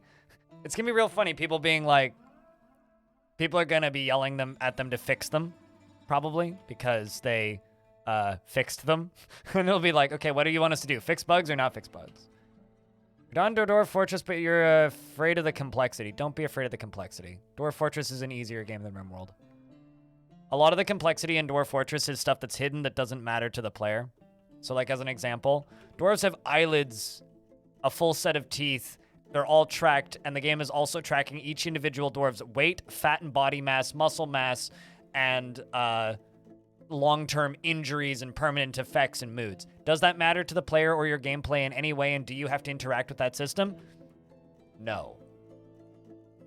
The game also keeps track of every single living entity in the entire world, which can be seen and read about in Legends mode. Does that matter to you in your minute-to-minute gameplay? No. The game also keeps track of every single contaminant that gets onto a piece of armor, and if armor gets dirty, it can degrade. Does that matter to you in your gameplay? Not really. The game also keeps track of, 200 plus different layers of different rock and every single creature spawning in 3 different cavern layers, as well as a secret area that I won't tell you how to find it. Does that matter to your gameplay? Not particularly. The game also keeps track of everything that's going on, like artifacts being created, different factions and wars being fought, that you can completely ignore. Dwarf Fortress is actually, when it comes to like a lot of current base builders, rather simplistic in its actual minute-to-minute management. The depth of Dwarf Fortress is depth. It's not hard. RimWorld is a hard game. Dwarf Fortress is a complex game, right? It takes 400 years for a skeleton to completely degrade into dust. Does that matter to you? No. Do you need to know that? No.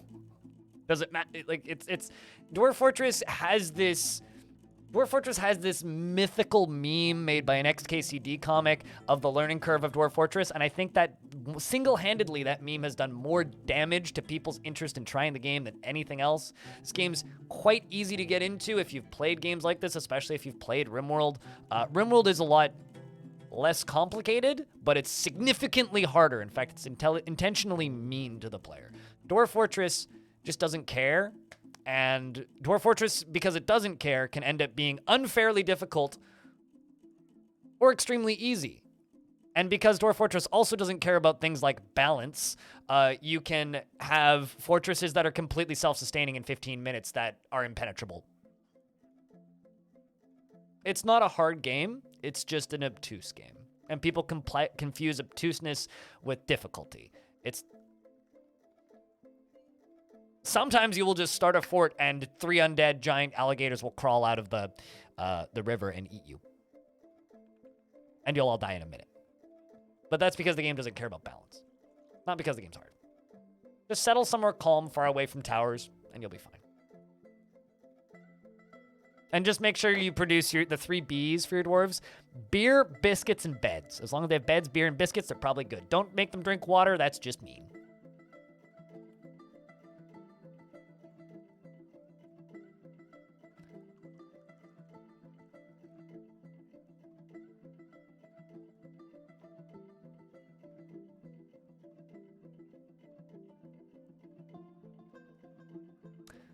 And then Drove in here is just like spreading propaganda. You don't remember that one? Dwarf Fortress Learning Curve XKCD.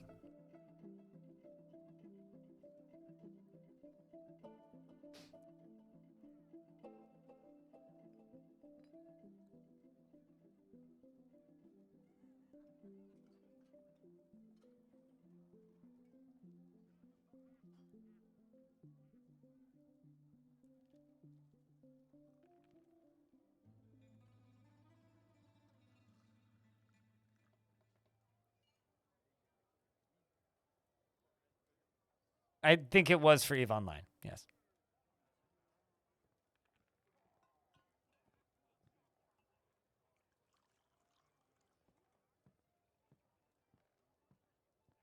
But anyway. It's not true. It's very easy.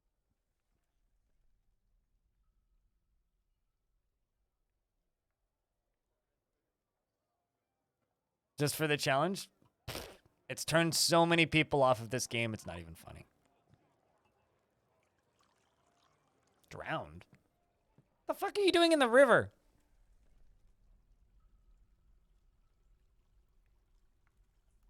Why?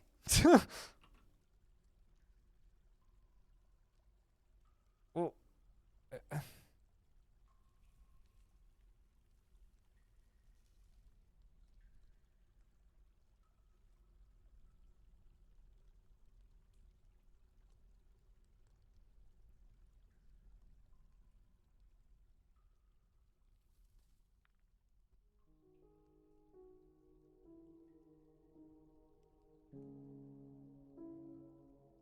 it seems like it. I'm just gonna do a thing. I'm gonna Put a cork on this.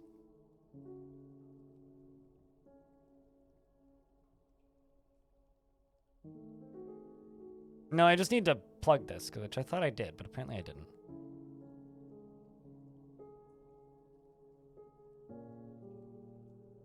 Problem solved. All right, well, those two drowned and are going to climb out and get beaten to death by the crabs, probably. Let's go over here and do this.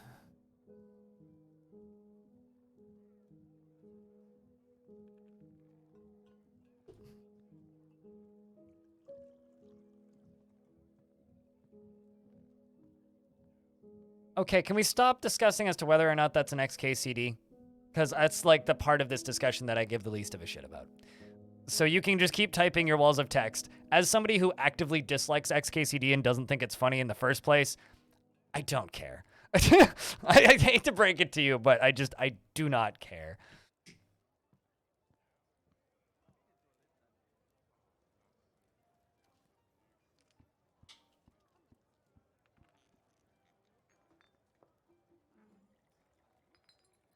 No, the cliff like that is literally just because it used to be ASCII. It's literally just that. Because back then, for people who aren't used to ASCII games, you're like asking people to also understand a new language while you're also learning to play a game. Yeah, I don't read webcomics. I don't like XKCD. I don't think it's particularly funny, and I don't care. I honestly, I would argue something like... Also, I'm waiting for the frame rate to come back now because the game is protesting. Something stuck somewhere?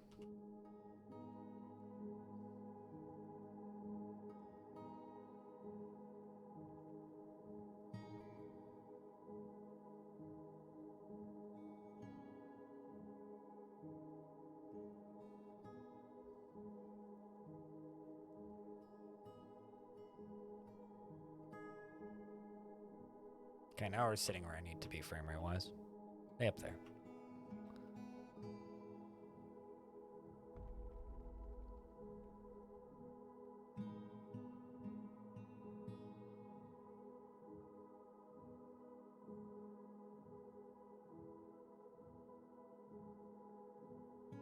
I mean, what, the giant elephant seals? They are 1/4 the size of a giant sperm whale.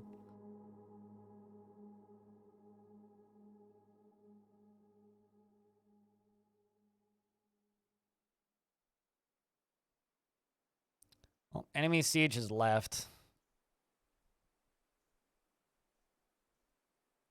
What are those numbers? The depth indicators. So a full water tile is 7 of 7. I can also turn them off.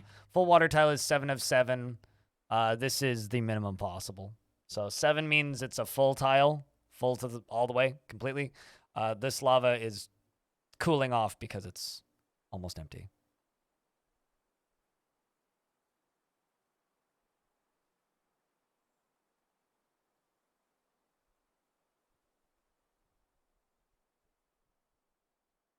I disagree with that. The interface is pretty intuitive now.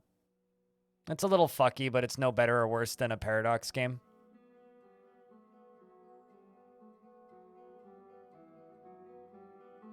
Yeah, it's those kind of strange things. Broccoli's pretty on the nose with it.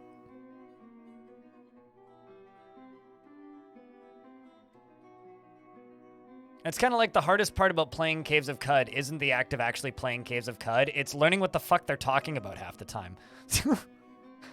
And Dwarf Fortress is kind of like that, has some similarities to that.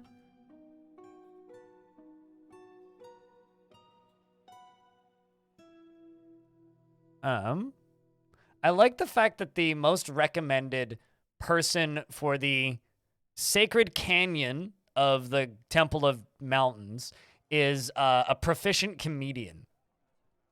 That's kind of funny. But I'm going to give it to...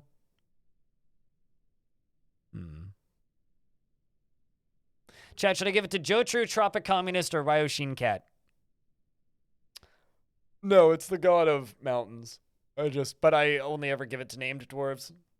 Who gets it? Tropic Communist, Joe True, or Ryoshin Cat? But I would also argue CK3 probably has a better tutorial. Al. I mean, I think you're the only one who's here right now. So I think by that, you'd probably get it by default then.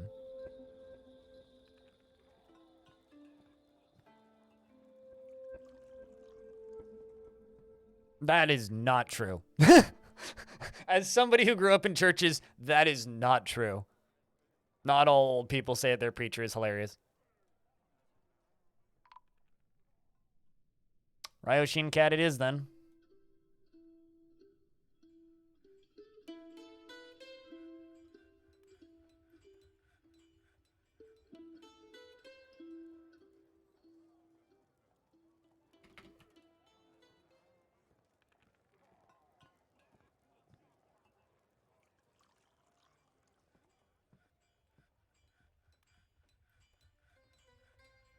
Game's a little laggy right now. All right, you right here. Let's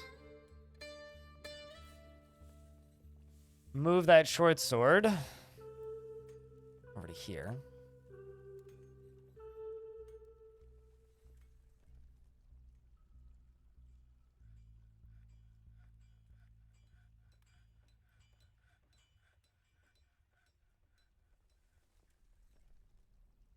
Cringe Facebook preacher humor.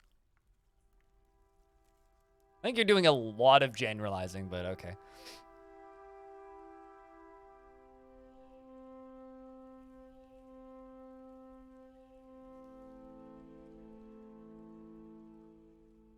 Yeah, right? Snowblind?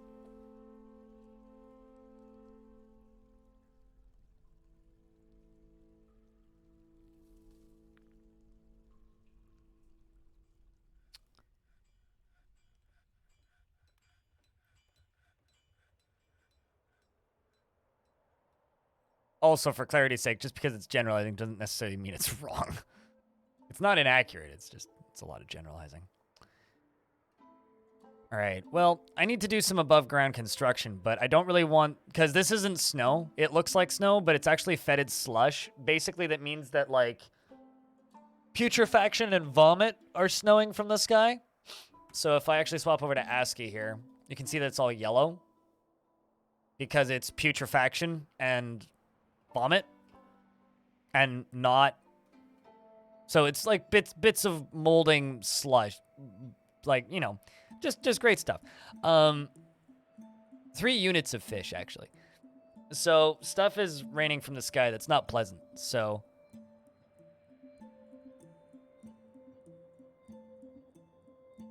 and I don't really have a way of getting over there right now. So what we're gonna have to put in a new door. Nah. But what I'm gonna be doing is waiting for the dwarves to just. We need the dwarves to happy up a little bit before we go out there again. Happy up. Whoa! Look at this. More giant elephant seals. This one is lost in despair because it's been caught in the freakish weather. Look at these fucking guys. They massive. I mean, I got my own. They're very upset, actually, here. Don't ask me why there's a colony of honeybees. That's just fine here. But, giant elephant seals. Sometimes. How about you?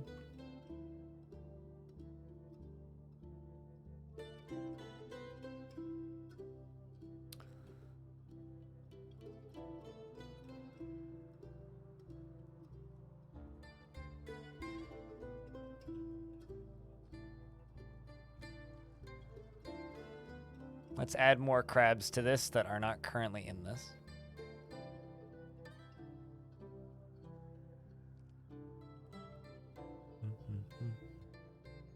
Oh, well, we need to let them in. Some migrants have arrived despite the danger, so I'm going to lock this. See where they showed up on the map. They're right by the trapdoor. Perfect. Which is right here. I'm just going to open up the trapdoor and let them in. Get inside, dwarves, or to go elsewhere, I suppose. Where are you going? Oh, you're going to go pick up equipment? We've got a a pump operator, and they brought a cat with them, a kitten, the fun fact, who doesn't belong to anybody, but it is named. So who's your owner then? If you're named, who's your owner? This is still Waterlungs, yeah. I think that the whole catching up on the VODs via YouTube is just going to be a perpetual thing for some people, Seb. But what episode are you on, if I can ask?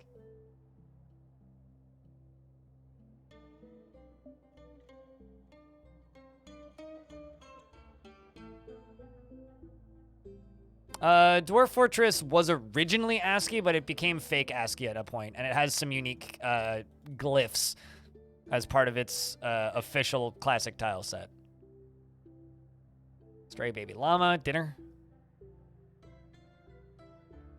They brought a chick named Eurist. Look at this. They brought a chick named Eurist. There's something kind of adorable about that.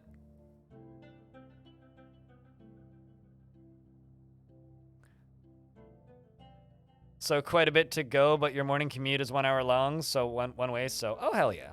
Well, I mean, you won't catch up at that rate, I don't think. Because when I stream this for it, I stream like 8 to 9 hours. Like, there's a 10-hour VOD currently sitting in the chamber ready to go from not yesterday, but the day before. So, you know, it's a lot.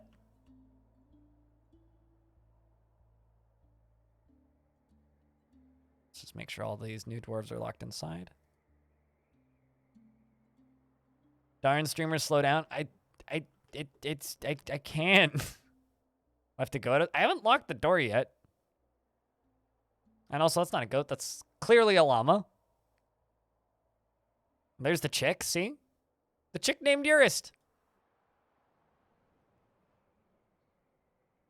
All the VODs go on YouTube, yeah.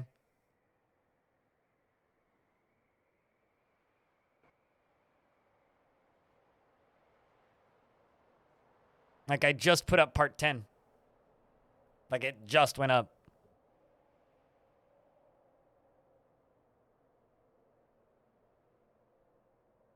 Can easily be watched at 1.5 speed? Yeah. Although, I don't know if I necessarily speak slowly enough.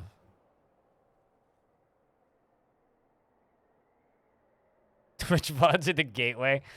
I don't know if I disagree with that. It's not too far off.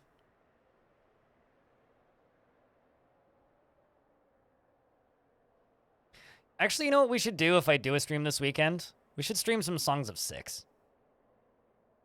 That's something I've been talking about streaming for a little bit, and I just haven't. That's something we should do. That'd be a good, like, one-off weekend stream. Okay, I think that's probably everything at this point.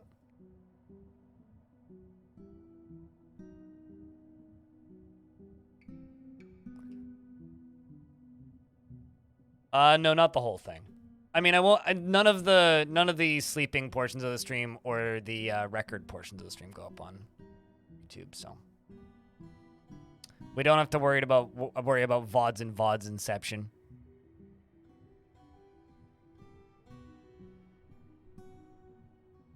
Songs of Six is good.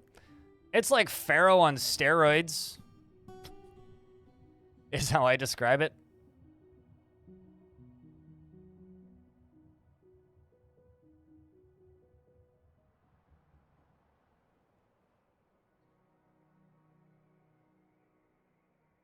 I mean, don't buy it then. That's fine. It's much more... It's nothing like Dwarf Fortress, for reference, in regards to Songs of Six. Absolutely nothing like Dwarf Fortress. So...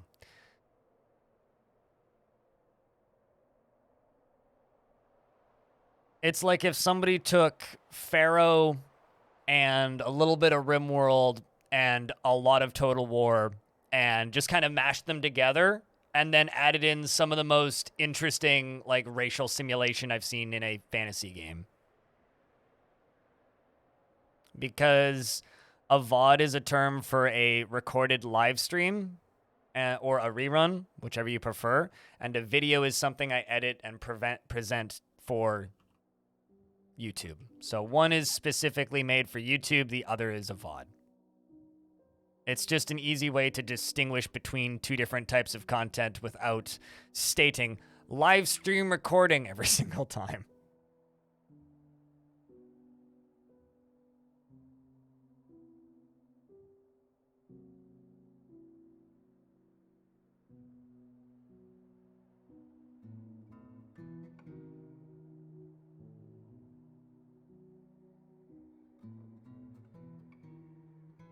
But regardless, though, thank you very much to anybody, especially like Sebkill, for watching those VODs. Because believe it or not, thanks to like YouTube Red and whatnot, the VODs are actually some of my highest earning videos, and they require the least amount of effort for me to make them. So even though they don't get as many views per video, they are, ad revenue-wise, some of the most profitable stuff I upload purely because of YouTube Red.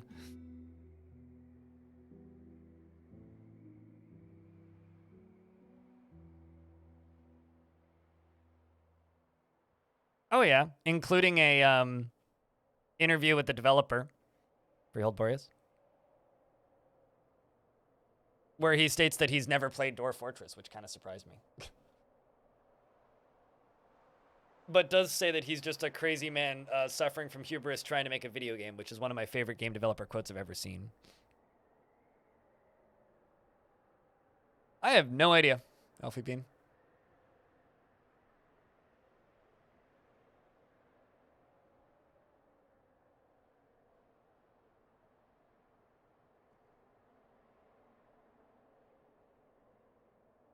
Yeah, I agree. Killing Google Play kind of sucks, but although recently I discovered that YouTube Music is just about the same quality-wise as Spotify with its selections, so I've just unsubscribed from Spotify, so I don't fully hate it for that, but I still don't like that way of doing music, which is why I buy records. Yay for Back Crack. Speaking of, I have a song for that. Hold on.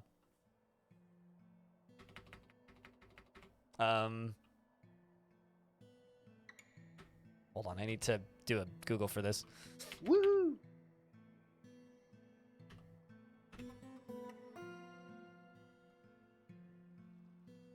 No, I will not link to Spotify. Where's the Bandcamp?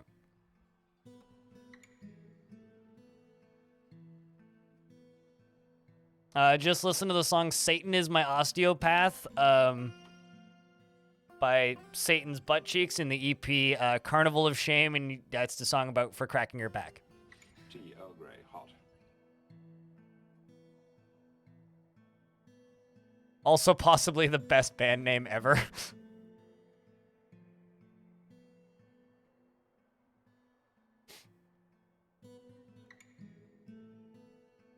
Mini-me behind you is still the wall. It doesn't say 0 kills, no. But you do not have any kills. Why would they choose that name? Because they're a comedy group? Is why they chose that name? You're not supposed to take them seriously?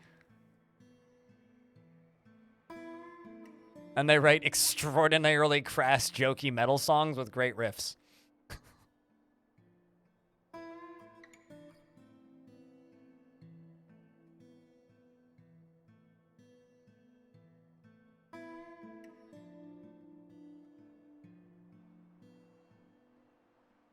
Okay, so I'm thinking what I'm gonna do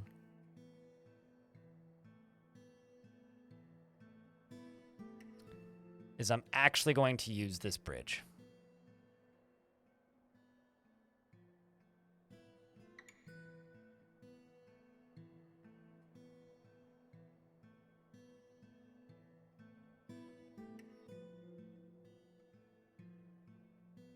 Maybe not all of that. I'm gonna just let them walk.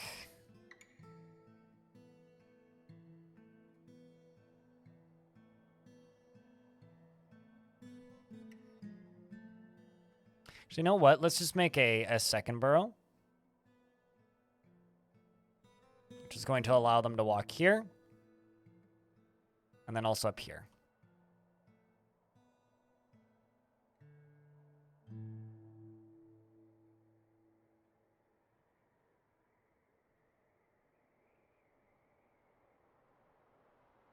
And so currently now they are allowed to go out here.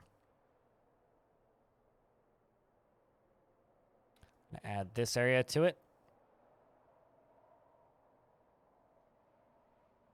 So that they will mostly stay out of the freakish weather.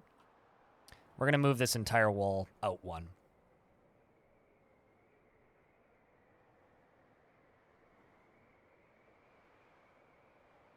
The first thing I'm going to do.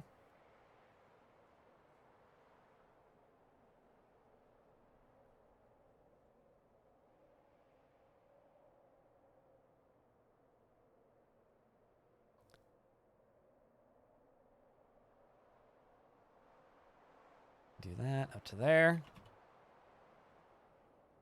And also this.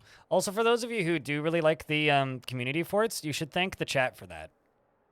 It was chat who convinced me to make them and convinced me people would watch them, because I wasn't convinced people would watch them and was very much against making them. So, thank the chat for that.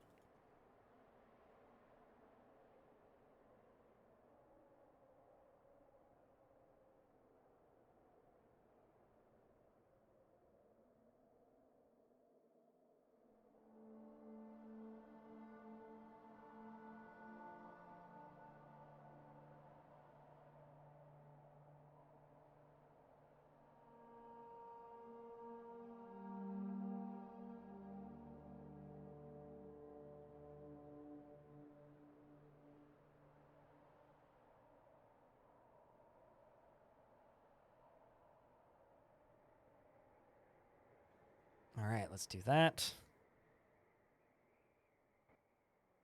Start deconstructing everything.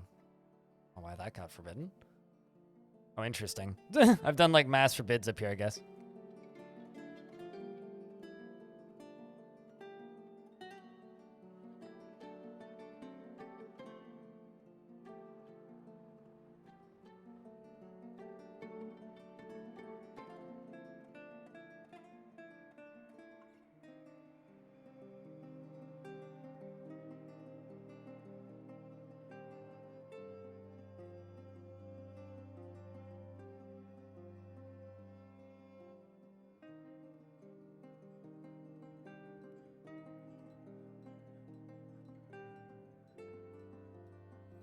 Now I just need to make sure that dwarves don't get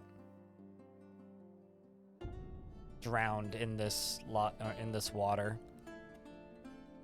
Maybe a problem. I have a question. If I mine this out, will this freeze up again immediately? Probably is the answer.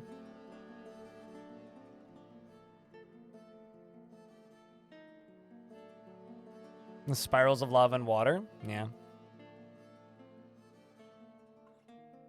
With the fort you want to submit? Yeah. I need to get somebody else to record a community fort of one of my forts. Maybe I should get like Tekid to rip one of my forts apart. It would be like a 20-minute video of just him like talking about how bad my forts are. Horribly unoptimized, completely like illogical, terribly put together. That would actually be really fun. I should see if he'd be down to do that. So, Starfield delayed again? What? Hold the fucking phone. They just delayed Starfield again. Suggested to Sal for a Kit Fox stream? I don't want to suggest Sal steals my content. What? If anything, I would just pay Sal to, like, record a video for me. For my YouTube channel. I'd want it on my YouTube channel, not on a Kit Fox stream.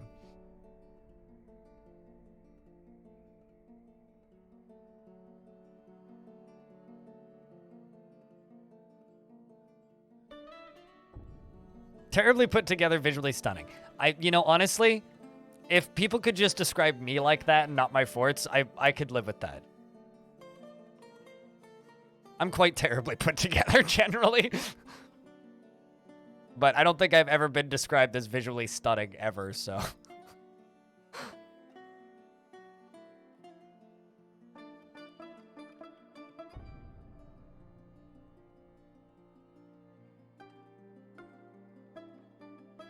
That is not true, but appreciate the statement. You're breathtaking.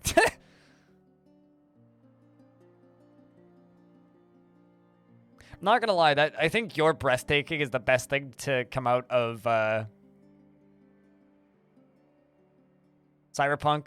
Like, no, "You're Breathtaking" is the best part of all of Cyberpunk. Even though it like was like a promotional thing at E3. Best thing to happen because of Cyberpunk was that meme. Uh-oh. Giant crabs are fighting with zombies. Ah. So the zombies from this creek finally resurrected and the crabs killed them. Well done, crabs. Mutilated, too. So it's not coming back.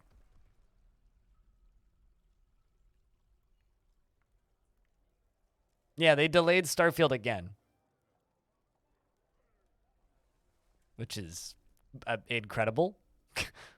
Like, wasn't that supposed to be out in 2020 initially? Like, am I just a naysayer, or is like, or do you guys agree with me that there's very little chance that that movie can, or that game can possibly be any good? Like, I kind of refuse to believe at this point that that game could possibly be any good.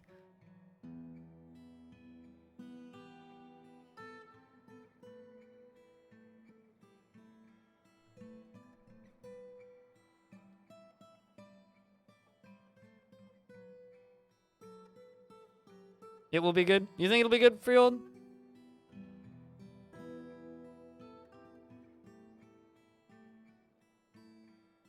Well, thank you, Citrix.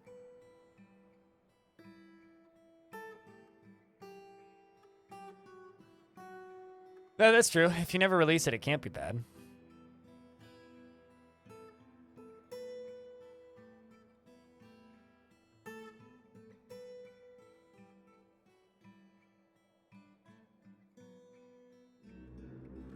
See, here's the thing. I disagree. Star Citizen is released. It's out. You can go play Star Citizen right now. So I disagree that it will release before Star Citizen. It'll release before Squadron 42, yes, but not before Star Citizen. Star Citizen's already out.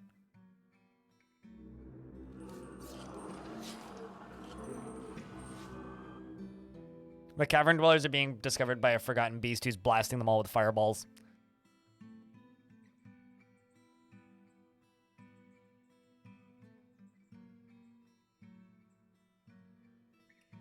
Yes, you are definitely confusing Starfield and Star Citizen. And also, Star Citizen is not a scam. It is just a very expensive niche game. Dwarf Fortress and Star Citizen are almost identical in their philosophies and game development speed and goals. So, as a Dwarf Fortress player, I feel compelled to defend Star Citizen purely because its whole philosophy and goals as a game are very similar to Dwarf Fortress.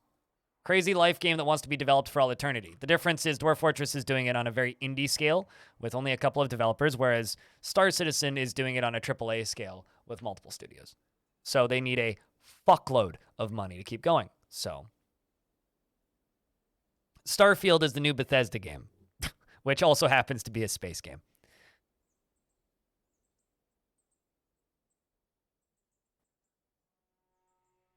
See, here's the thing about Star Citizen. Do you play Star Citizen, Montecore? I don't know why I defend Star Citizen so much. It's stupid. I shouldn't. Do you play Star Citizen? Because everybody that I know that actively plays Star Citizen loves it for the same reason I love Dwarf Fortress. Because there's nothing else quite like it. Okay, I don't think twice counts as playing Star Citizen. I know people who've spent thousands of dollars on skins for League of Legends. How's that any different?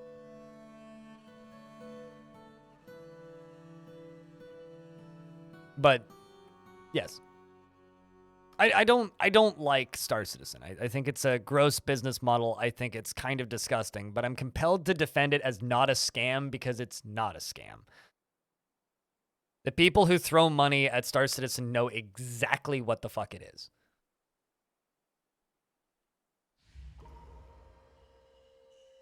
I don't know, Elite Dangerous is way less ambitious. Elite Dangerous is kind of the RimWorld to Dwarf Fortress. Final hour, allegedly.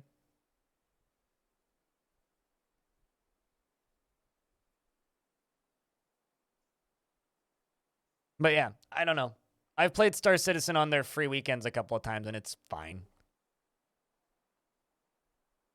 Tropic Communist has claimed a stoneworkers workshop. Yeah, actually, I slept quite well last night.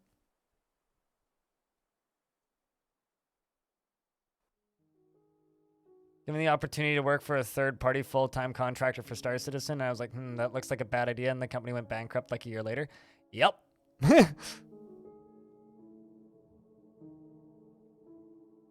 Not surprised. Cersei Mage, thanks for continuing that subscription. Cheers. Zwari, who am I giving a dwarf to?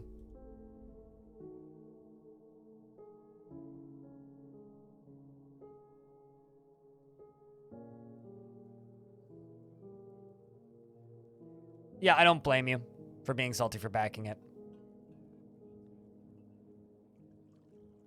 See, now that I agree. If people are specific saying, like, if people state that it'll be playable before Squadron 42, yes, that I agree with. I will side with you there and defend you there. But nobody says Squadron 42. People say Star Citizen. Star Citizen is a perfectly playable, janky space MMO, like most janky playable space MMOs. That gets better and is still under development.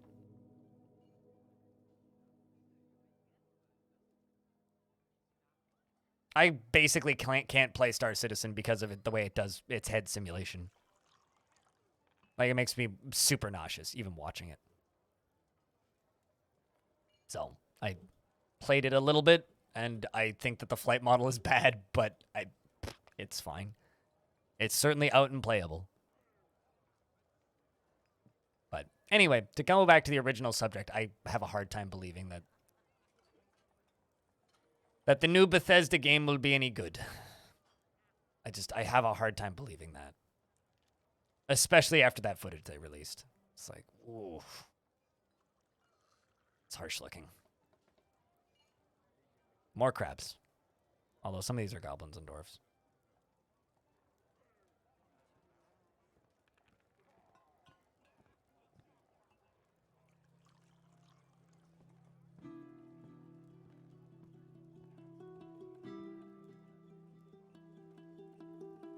Do you want to extend the time further, you promise? You can, if you want to.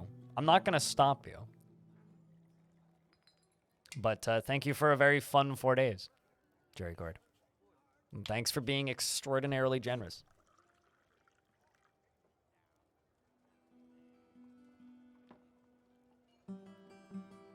They shouldn't. Okay, speaking as somebody who talks to friends who are Skyrim modders, they shouldn't re-release.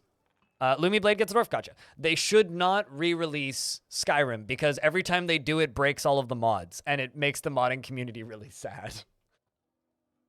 What kind of dwarf is Lumi Blade getting? By the way, sorry. Deep Space, what up?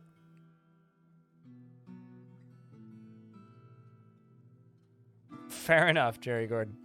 But no, I was very exhausted yesterday. I'm less exhausted today, but still exhausted. Chat decides. Okay, chat, what kind of dwarf is a Lumi Blade getting? I don't have any swords dwarfs, so please don't answer swords dwarfs. I think I have a spear dwarf. Hold on, let me check. Do I have a spear dwarf? But yeah, no, I was fucking beat yesterday.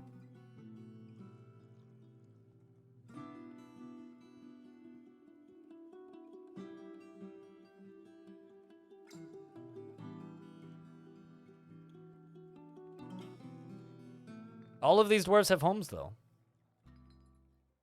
55 minutes to go. Yep. Party time.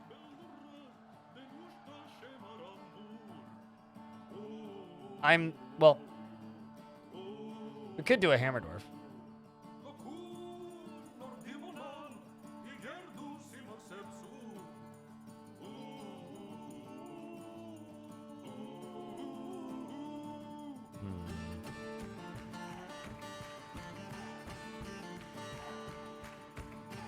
Although, Jerry Gord, I will say this. It's looking like I'm probably going to either end up doing a stream on Saturday or Sunday because I think my camping trip might get canceled if the weather stays the way it is right now. Because right now the weather for the mountain that I climb is a nightmare-looking weather. I'll put it that way. It's hail, thunderstorms, rain, and they're supposed to get 50 centimeters of snow where we normally camp. So we're looking at it going, might just not. Lumi, beard or no beard? I think we're going to go with a weaver.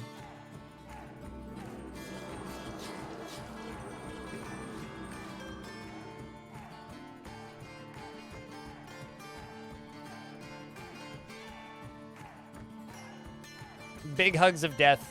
Yeah. So it looks like we'll end up streaming sometime on the weekend anyway. Keep an eye on the Discord, I suppose.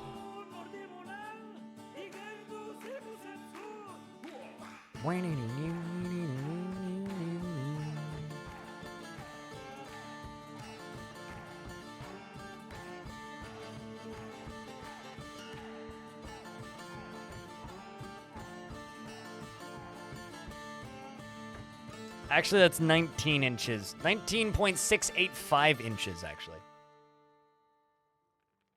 Integer Devourer. You should change your name to from Integer Devourer to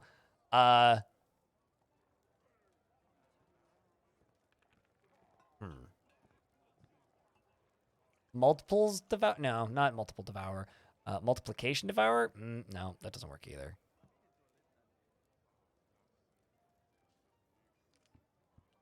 I know it already is, but like I'm trying to think of a way to make it better. All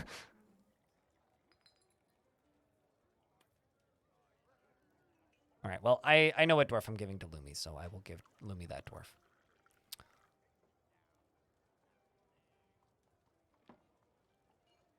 Floating point overflow, sure. That is a lot of things. Lumi Blade is now a bone carver because chat was very indecisive. Lumi Blade was close to a waterfall and feels content about this.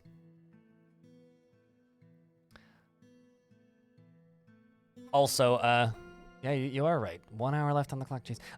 Was content after being near a waterfall. Is not a private person and freely shares details of his life, seeks out exciting and adventurous situations, and he's curious and eager to learn, and he has a calm demeanor. He is slow to anger, and he rarely feels discouraged, and he is not inherently proud of his talents and accomplishments, and can sometimes act without deliberation. He is slow to trust others, and he does not easily fall in love, and rarely develops positive feelings. He's somewhat fearful in the face of imminent danger, and generally acts with a narrow focus on the current activity, and he's currently more rude. Begins to talk rapidly when he gets angry and stares intently when he's thinking. Dreams of raising a family. Navy, hello. And he personally values artwork and finds eloquence and artful speech off-putting and doesn't really care about nature one way or another. And likes Kimberlite, Trifle Pewter, Clear Zircon, Ibex Hoof, and the color buff, backpacks and rings and ballista arrows and strawberry plants for their vivid red color. And the sound of the phrase of lathering and the sight of the adoration of butterflies, when possible, prefers to consume cod and guppy and plum wine and raspberries, and absolutely hates oysters.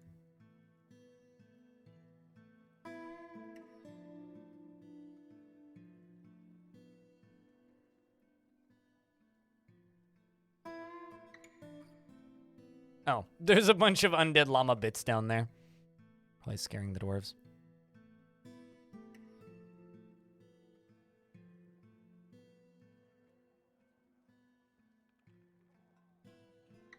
I feel like Intellect Devourer is just a zombie, though, right? Also, Farmer Femme is haunting the fortress, apparently.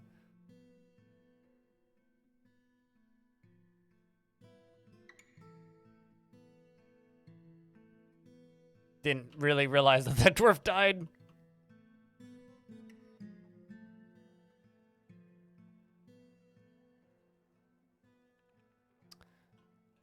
And Tillin Artho and Crinkled Paper are both, or not Crinkled Paper. Tillin Artho and one other dwarf both got convicted of crimes. Which one was the first one? Yeah, Dravens gets a beating.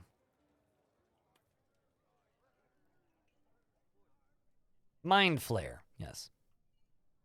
Not to be confused with Mind Freak. Significantly less cool and significantly less nerdy. Or more nerdy, maybe.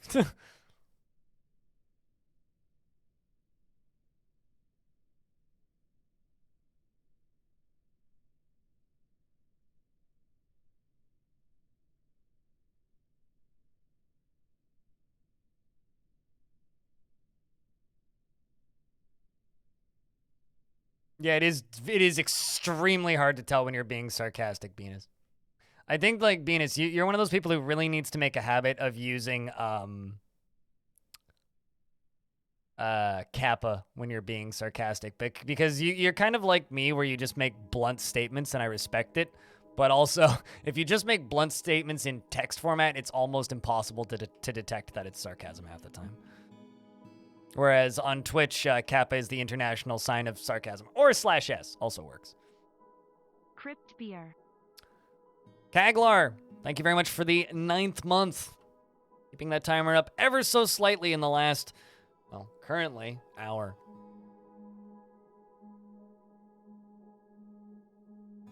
And thank you very much for all of the support this week. It's been crazy. I'm not joking when I say that this subathon went about, I don't know, 100 times better than I thought it would. Oh, that's fair. Yeah, smileys also work.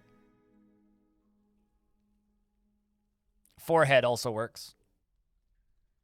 You know, I think the biggest achievement today is that we acquired not 1, but 3 new better Twitch TV emotes.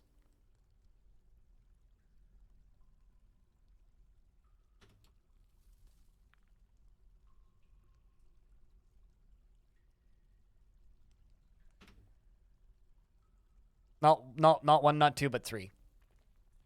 We acquired 3 new better Twitch TV emotes.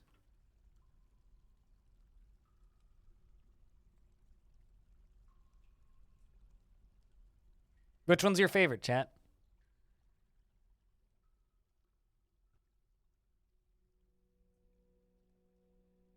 It's all vote crap.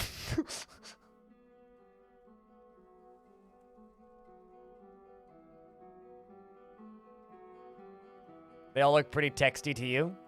I mean, technically you can see them above my head if you squint.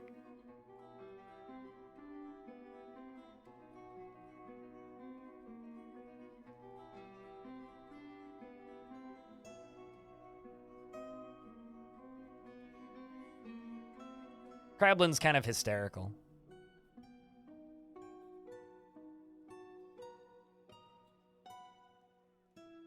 Or Frankerface Z is also a usable one. I have to check on that artifact in a moment.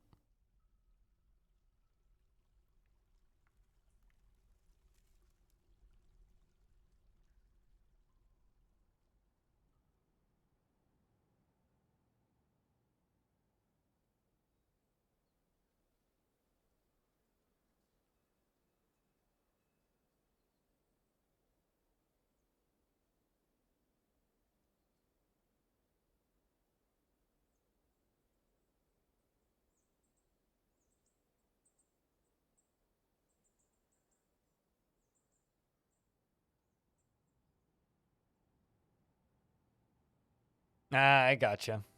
Wait.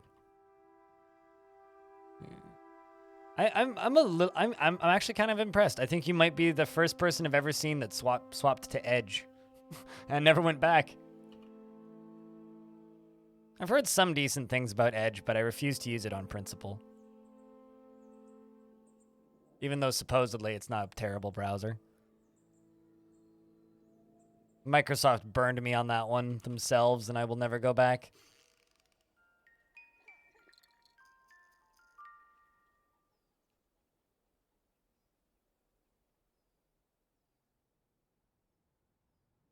No, they're not. Although I use a different Chromium browser. I just use I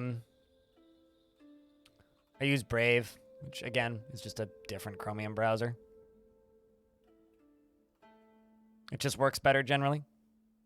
We'll see you when we see you. We'll probably be done before you wake up, unless you only sleep for like 45 minutes.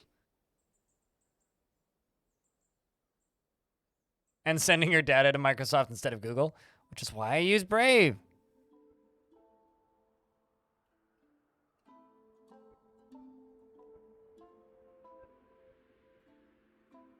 But in order to tolerate Brave, then you have to be able to tolerate some level of cryptocurrency bullshit, which it definitely has.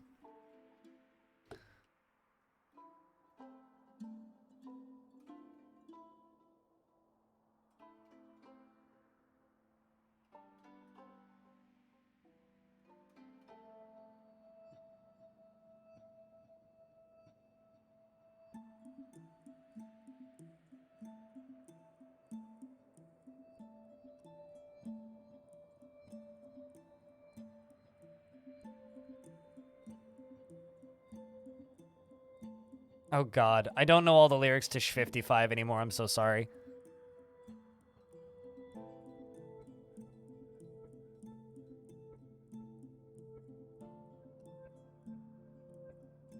What does a messenger do? You can use it to make requests of forts that have entered into your holdings. So if you have forts that have entered into your holdings, like Helixes, or if you've captured space, like land on the map, then you can force them to join you that way, or send you workers or something, is what they do.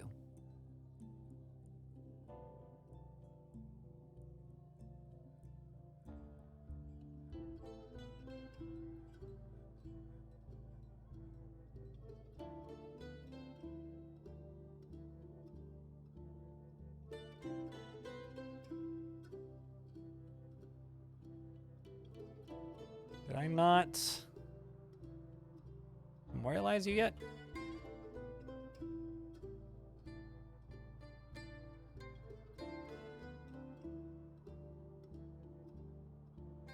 So this ghost is stealing my spikes.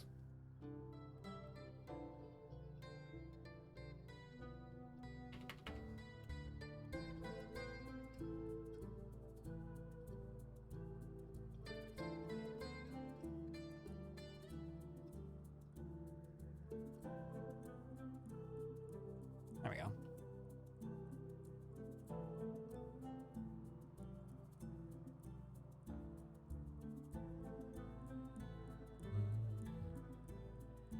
But hopefully that helps, Goats. What happened to my ocean? I dumped a bunch of lava on it. So it's obsidian now.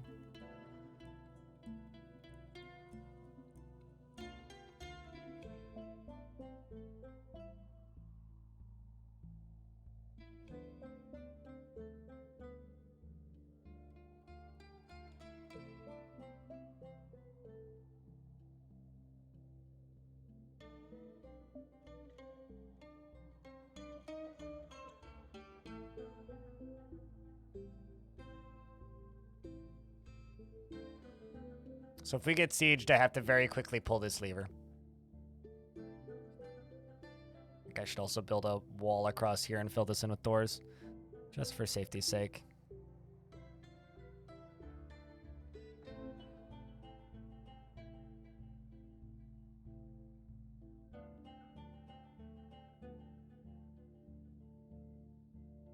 They're still there. I haven't killed them or anything.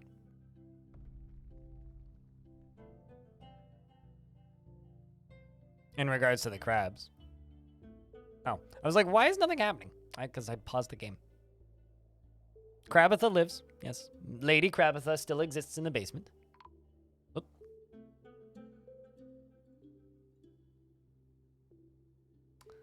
Finding skeletons.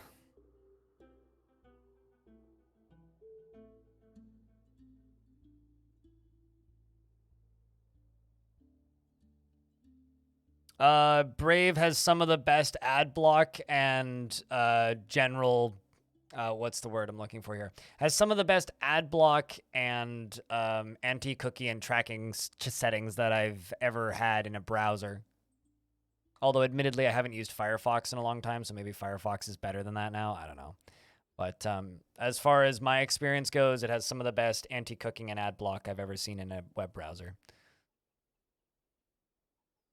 And their entire business model is focused on usage of the web browser, paying out in a cryptocurrency called Basic Attention Token, and then you can either keep a split of it, automatically donate it to websites that accept it. Uh-oh.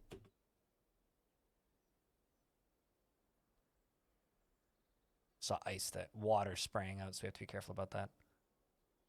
You can either keep it for yourself, keep part of it for yourself, donate it to websites that accept it, or gift it back to Brave, and that's how they make money. Every time you open up a new tab, it shows you a full screen thing like this, which is sometimes an ad. And the full screen thing that is sometimes an ad is what pays you out in cryptocurrency. And you can also completely disable those ads if you don't want to take part in the cryptocurrency portion of it, which you very much can.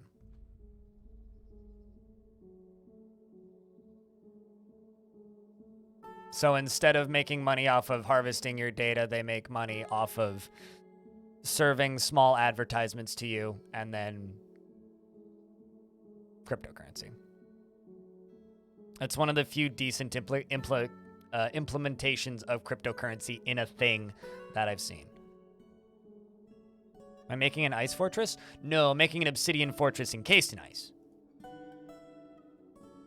I'll say Satharos.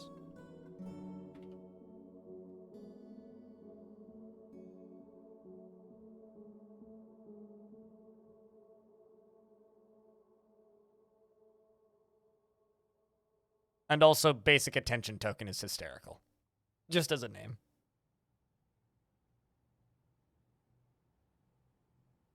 I mean, the annoying part of it is you get served ads for NFT projects quite frequently, but they're the people buying ads in the cryptocurrency space generally, right? Uh-oh. Did someone just get... Two people just got drowned.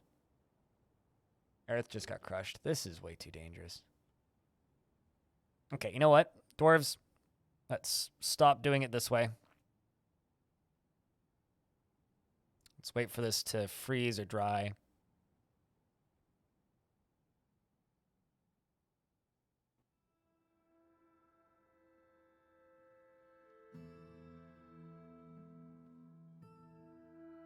The ocean is untamed wilds, and the map around us is terrifying.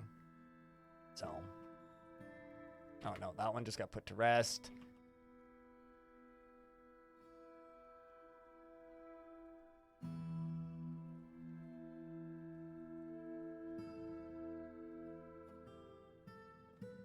So, actually, what that means is that we have giant tame elephant seals over here, which I also need to replace this door now. Much love, smiley face. Time Ninja, thanks for that subscription and extending that timer ever so much more. We also have giant crabs, including Lady Crabitha. They had a mutiny for a bit there, and invaded the entire fortress. It was kind of hysterical, but also terrifying. 35 minutes until the end. You guys can extend it. You don't have to, but you can. I'd prefer if I don't have to stream until tomorrow, but also won't stop you.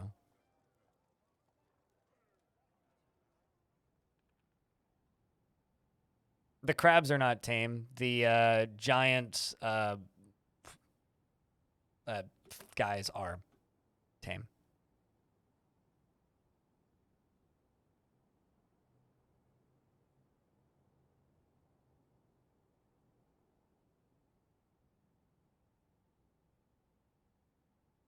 Let's try doing this a little slower. Streamer would appreciate sleep, yes.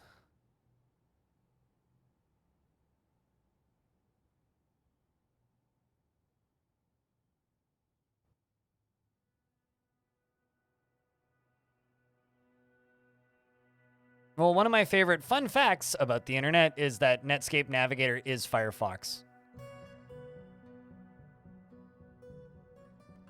Because the company that made Netscape sold and open sourced, or sold their code and it was then open sourced. Pi holes are great. I had one and then my Pi burnt out. Apparently they don't like running 24/7. Roll eternity.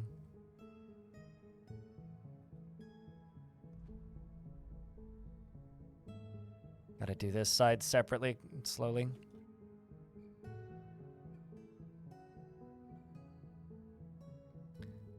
May have just lost access to this side. Whoops.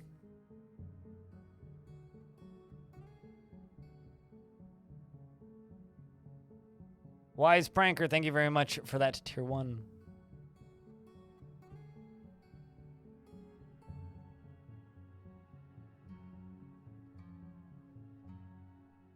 For a second month.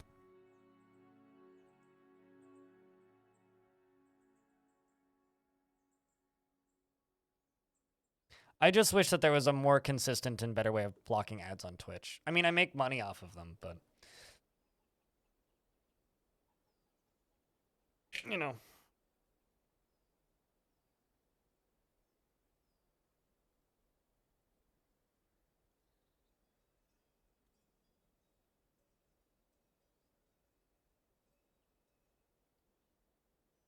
Boreas, thanks for hanging out.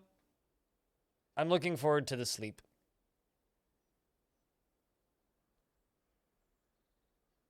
Apparently a lot of people don't know that Netscape Navigator is Never mind.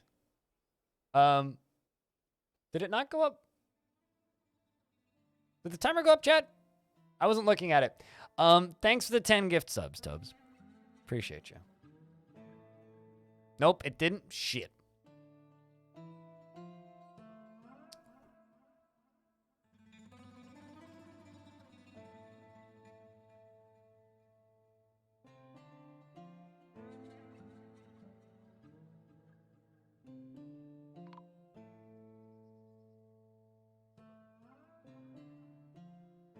God damn it. Well, I figured out why. Apparently when I reset it this morning, I forgot to turn the limit back up. So it's actually like hard capped right now. Meaning if you throw stuff into it, it will not. So I have to reset the whole. Unless I should just leave it. What do you think, chat? That's hours. No, I don't want 31 hours and 22 minutes.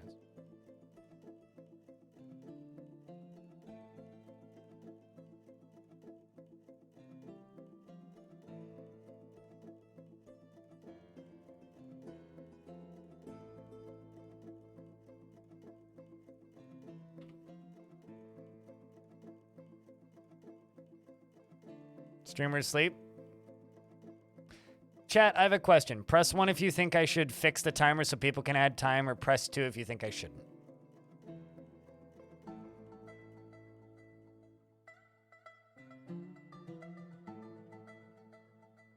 Two? Okay. There you go. Just keep in mind, seems to be pretty overwhelmingly 2. There's some for 1, but it's pretty overwhelmingly 2.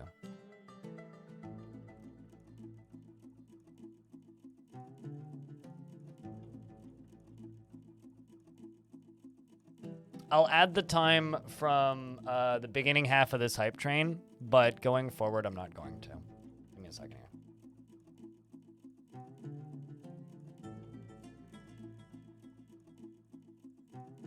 So that's for the 10-pack of gift subs. And that's for the bits. And that's for the reset from Time Ninja. There we go. So I'm going to change the Subathon command now to say that we're capped.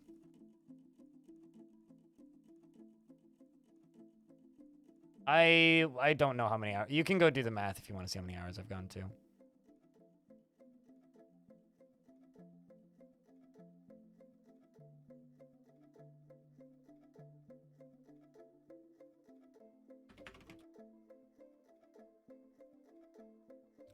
Command has been updated. So I added the amount that people just threw. And now you can just type an exclamation point subathon to see what it says now. Trans femme, I killed your dwarf. I'm sorry. But also I will read that. Give me a sec. Wait, weave the cap. You know what?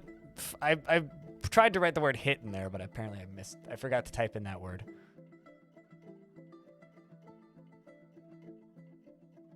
I will fix that in a sec.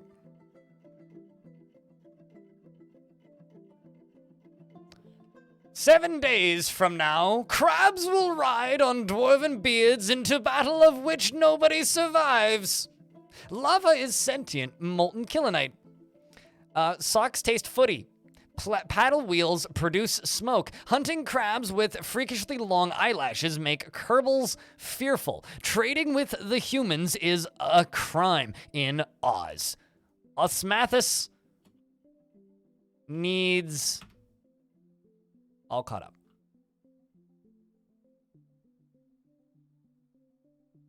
That was a pretty fitting one.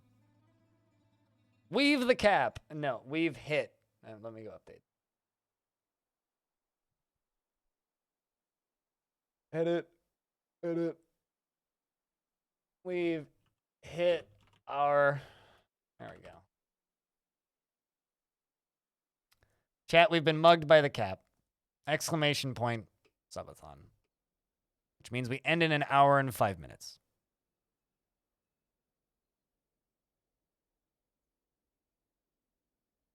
So 78 hours.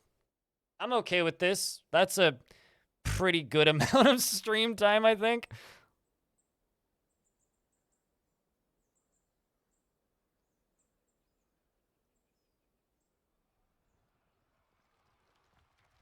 What?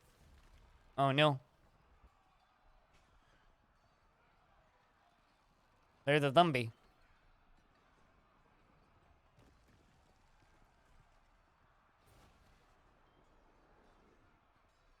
I think it went down to 96 for a bit last night, but yeah, no, I mean I think we've had an average of like 240 over the entire thing. I think we peaked at close to 500 at one point because we got a bunch of raids. No. At this point, I won't stop you guys from throwing things at the stream, but just know that it will not extend anymore.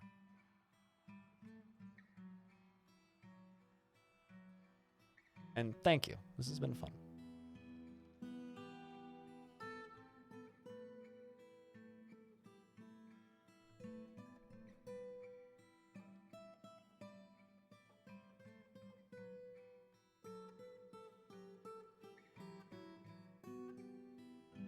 Yeah, I think a lot of people don't know that Netscape Navigator is Firefox at this point.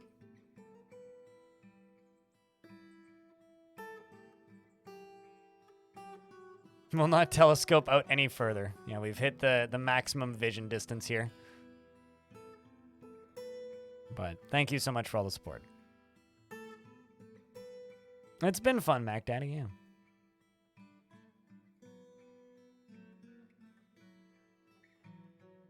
All right, let's do that.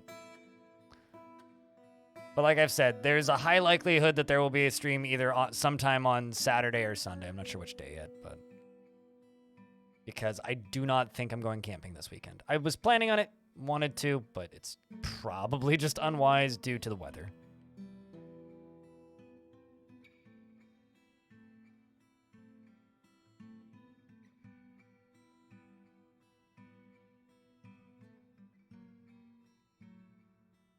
But we'll be able to print one level of this today, which will be fun to see at the very least. Also, I need to check on Tropic Communist, who's in a strange mood. Currently is claiming they need a forest, but we have forests. What else do you need? Bones? Probably bones. My bet is bones. Skeletons. Chat. I should butcher a giant elephant seal, shouldn't I? I really, really, really, really, really should butcher a giant elephant seal, should I? Shouldn't I?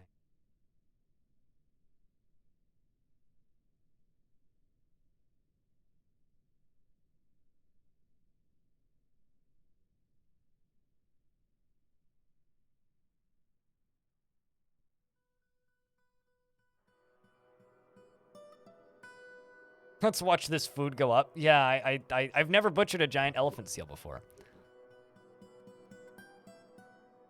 Something else collapsed? God damn it. How are you doing that from the layer below? Oh, I see. You're unconscious.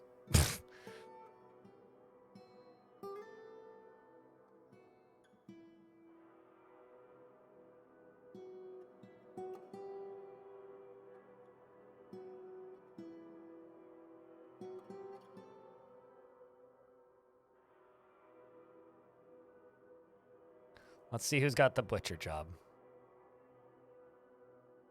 Ah, there you are. Cog gets the honors.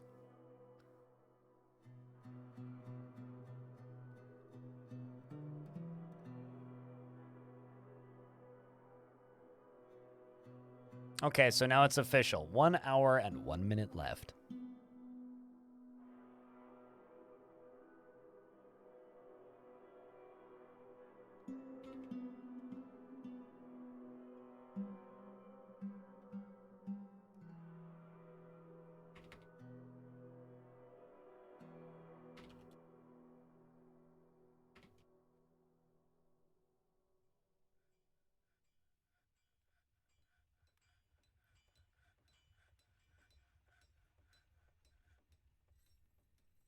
Is a whale present? We're not going to see whales.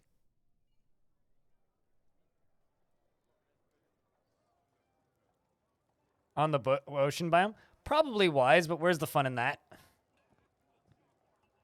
Instead, I'm simply going to put one squad in here. And one squad down here.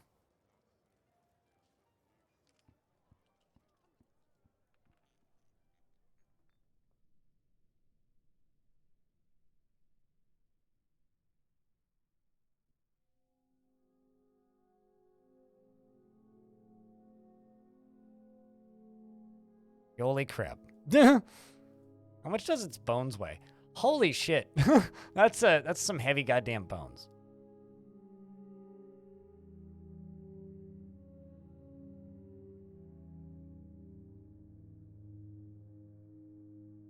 Something I'm going to do up here. I'm going to make 2 soap maker shops. I had soap earlier on in this fortress, but I got rid of soap. Or I stopped making soap because it stopped being logical. Let's make 25 copper buckets. And let's make an ashery.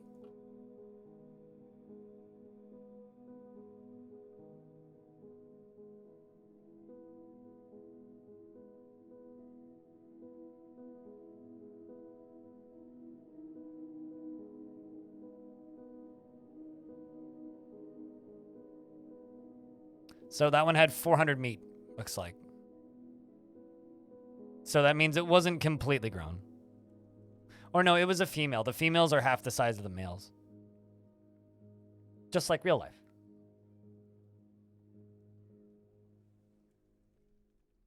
Tropic Communist has got its bone. Bones. And is now moving very slowly because they're very heavy.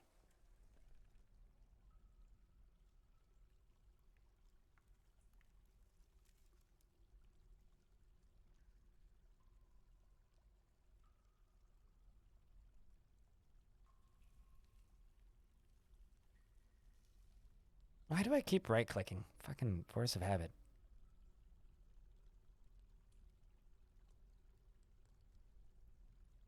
All right, so let's do that. And we're going to make ash. 50. Lye. 50. Soap. 50.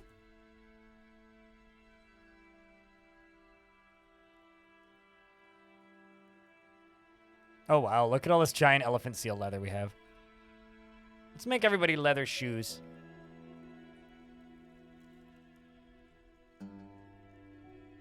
It's been a fun few days. Well, cheers, dude.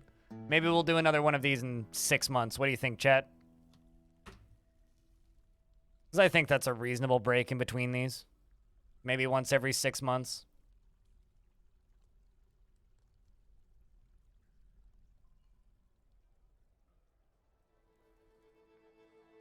We'll aim for September, do another one in September. What does ash do? Other than get you high. Ash is used for making fertilizer in Dwarf Fortress. It's used for making pearl ash, which is part of making clear glass and I think crystal glass. And it's also used in a few other things, including lime, I think. And but we're using it to make soap.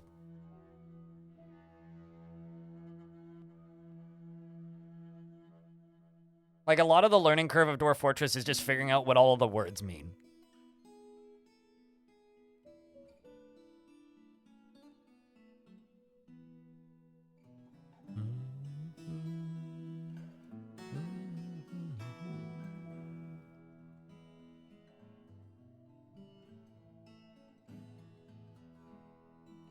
Also, I just realized I fucked up today, chat. I'm, very sorry. I forgot to enable text-to-speech on bits after I turned the stream on this morning. Whoops. Fortunately, nobody's used those, I don't think.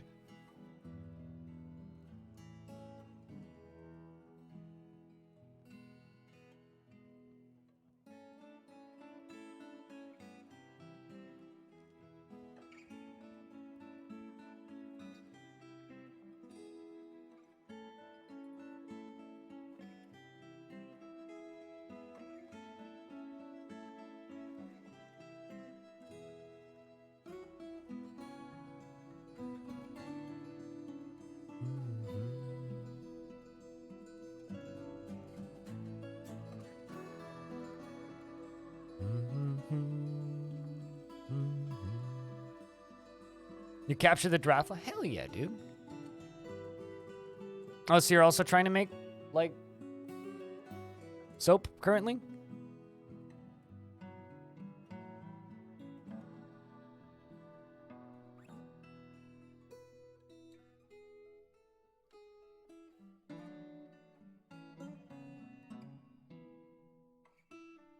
Yeah, you tipped the 169 just so you got the sound effect, yeah.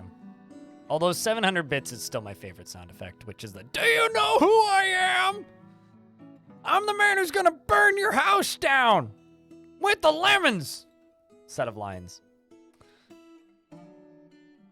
Oh, you're trying to make a proper hospital. I gotcha. Hospitals are... Here's the thing. You don't really need soap for hospitals. It is optimal. As long as you have a water source close by, you're pretty much good. Water source and buckets. I like how this dwarf is basically carrying, like, a giant's worth of bones for this. So turns out, butchering elephant seals, as long as they deal with the leather right away, safer than butchering crabs. Which is kind of wild. Like, we had nothing come back yet. I mean, it might still, but they just, like, immediately I saw a dwarf run in and tan all of the leather and it was fine. Whereas the crabs, you get, like, the chitin, and then you also get each individual leg and the 2 claws, all coming back separately. It's like you get fun in like 18 parts. Grabbing another gem? Gem!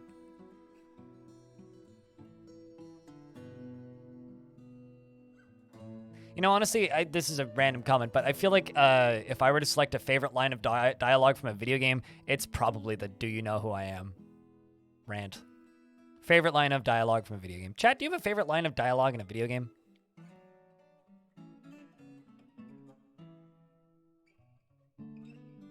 Nature's necromancy, yeah. Where are you going?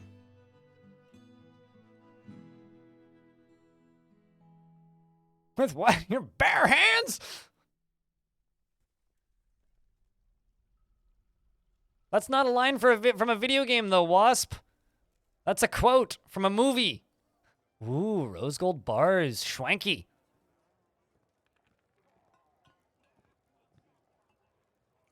Word, Keyfry.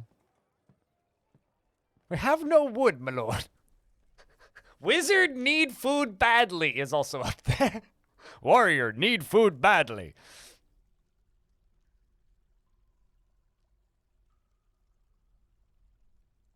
Ah, a man of culture, I see, Paul.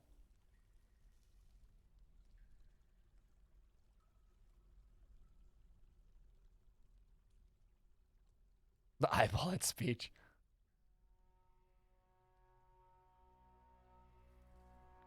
The thing is, I'm here to kick ass and chew bubblegum, and I'm all out of bubblegum. It's a line from They Live, which is a John Carpenter movie. He literally, like, puts on sunglasses and pulls a shotgun out of his bag and says, I'm here to kick ass and chew bubblegum, and I'm all out of bubblegum. And then he just starts blowing shit up. Good movie. You should watch it. One of the best fist fights in a movie ever made. So, that line from Duke Nukem is actually quoting that movie. Wololo, yeah, that's a good one. I approve.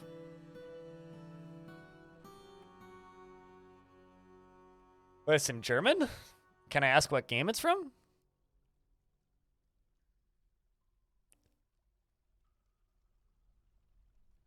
You're dumb, you'll die. That's okay. And leave a dumb corpse. You'll die and leave a dumb corpse. That's funny. I've never played Guild Wars 2, so. It's gonna be a cool artifact. My life for hire! Yeah, that's you know, another good one. Shameful display!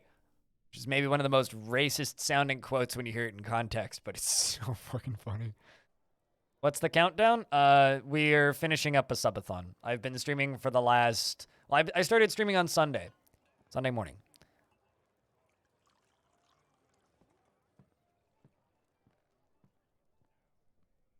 Oh, you don't recognize? Wololo is the sound that the wizards make, or not the wizards, the priests make in Age of Empires when they're converting you. They go, Wololo, Wololo. So the priests in Age of Empires are the units that heal your units, and they convert enemy units to your side. I've never played a Xenoblade game, so I'm familiar with it.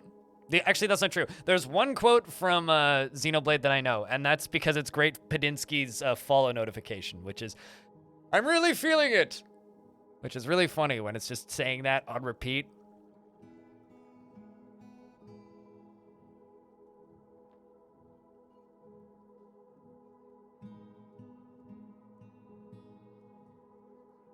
Yeah, it's been a long week, a long 4 days for the subathon. I wasn't really expecting to make it this far, and we made it this far, and I'm kind of going like, all right, it's time to calm down. Does Leroy Jenkins count as a quote from a video game, though? Does it? I don't know if that counts as a quote from a video game. It's a quote from a person who was playing a video game.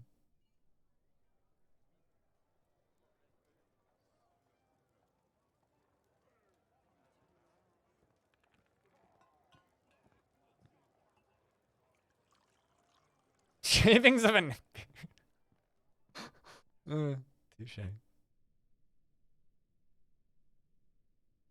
Oh, true. Yeah, I guess there is a card of that in Hearthstone. I forgot about that. This is going to be quite the artifact that Tropic Communist Years make. It's a shame he's not here right now.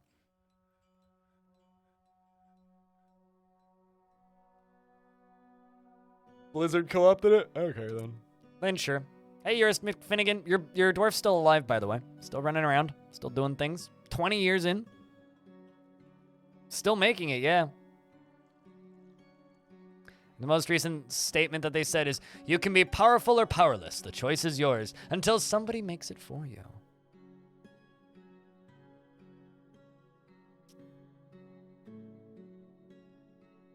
Did you die to crabs? Oh, maybe you did die to crabs.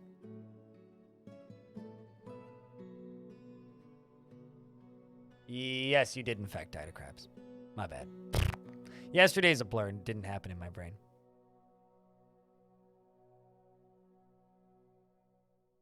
Someone should actually like take all of these quotes, all of the things that the dwarves can possibly say, and like put them together into a list for a website. Like not something like Frog Tips. If you're unfamiliar with the wonderful website Frog Tips, you should go to frogtips.com and make sure that you read all of the tips to know how to properly operate your frog. Useful tips such as frogs will sell your personally identifiable information to the lowest bidder. Do not trust frog. Unlike olives, frog does not generate oils when pressed. Do not press frog. Tip number 1626. Tip number 754. Frog is not approved for use in coal mines in the states of Pennsylvania and West Virginia. Tip number 1572. Frog cannot be contained to itself multiple times unless you use multiple frogs.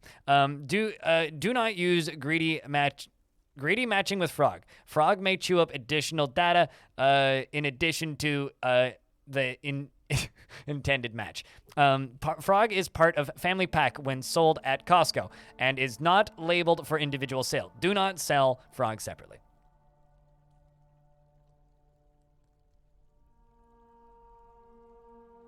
I don't know. You find out. You miss Frog Tips plot? Me too. Someone should bring that back.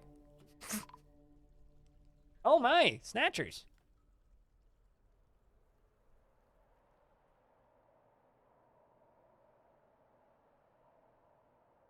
And goblins.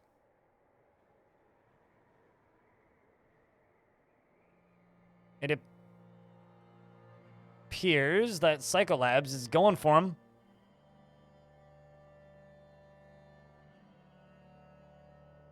Come on, Psycholabs, you got this. Just gotta catch him. Get some hits in? No combat logs yet. Come on, Psycholabs. It's the goddamn armor. It's killing him.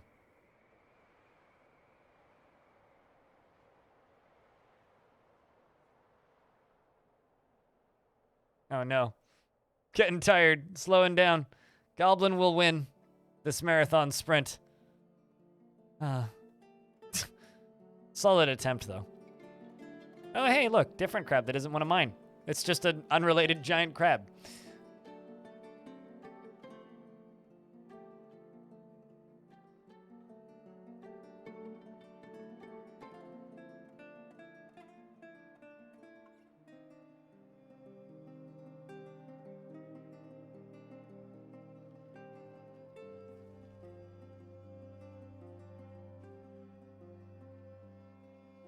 All right, and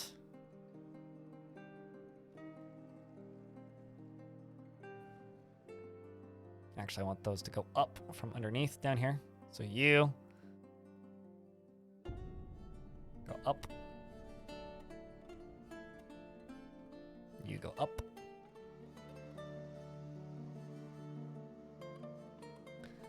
And then here I gotta remove this so that we can start going from up here.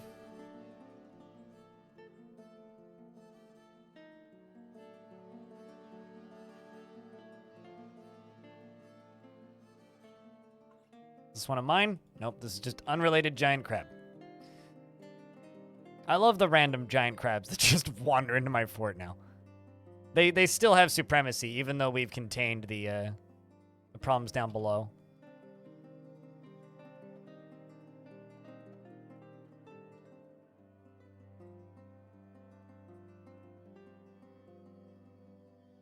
No, it doesn't rain lava. There's lava above ground because I put it there. And there's lava below ground because I put it there. The lava that's not in the lava sea is there because I put it there. Wait, what about Brand? The hysterical thing about the "do you know the definition of insanity" line is it's not actually the definition of insanity. But, you know, like he's just straight up wrong in that quote.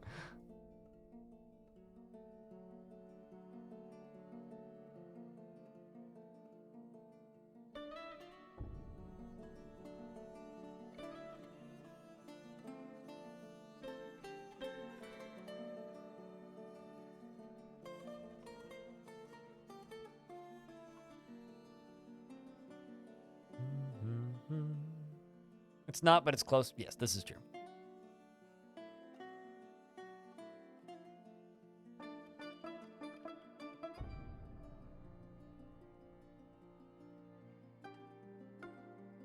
No, I mean it is. Here's the thing. Is it fair to say that Far Cry 3 was the last good Far Cry game? Or is that giving Far Cry 3 too much credit? Made a cabinet. Ooh. This is going in the library where Tropic Communist works. Tropic Communist Math Commie has created Ishlumish Eldaluth, a tetrahedrite cabinet, and offers it to the whales of drowning. How much do you think this cabinet is worth, chat?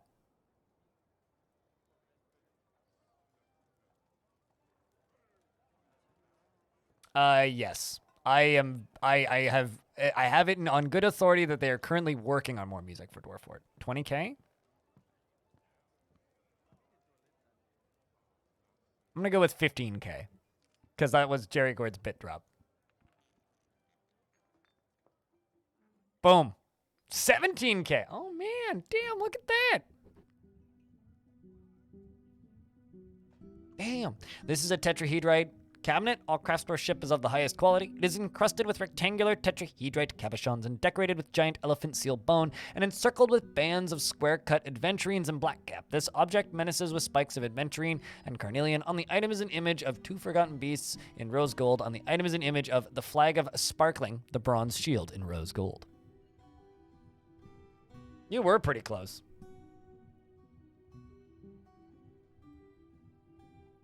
You win a prize anyway.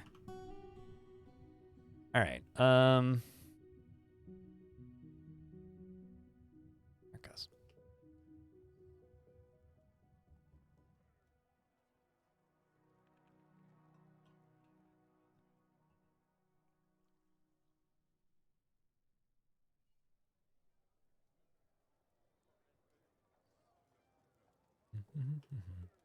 Well, you guessed $5, so you won $5. Frankly. 40 minutes till nap time? Probably not nap time. 40 minutes until I go do some, like, until I clean my kitchen and take a shower.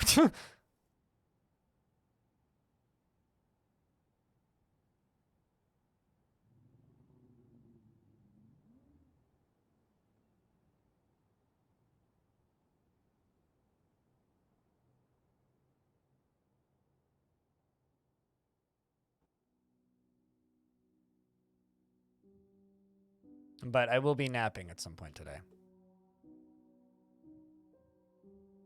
Because, like, I will be honest, the biggest side effect of this so far has been my kitchen's a fucking mess, dude. Like, believe me when I say it, my kitchen is a mess right now. Like, I live alone, so I don't really have anybody to clean up after me, you know? So when I do long streams like this, it's just, shit just falls apart.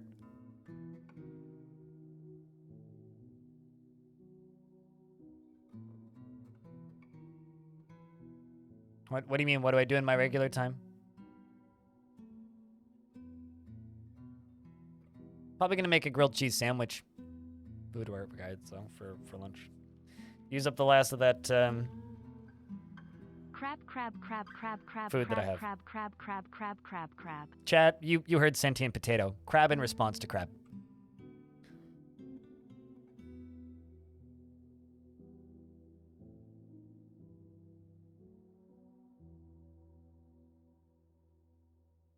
I mean, when I normally exist, my apartment is extremely clean. Like, I'm very much kind of a neat freak. So I have a really hard time letting things get messy, and I don't like it when things get messy. I keep things spotless because it gives me clarity.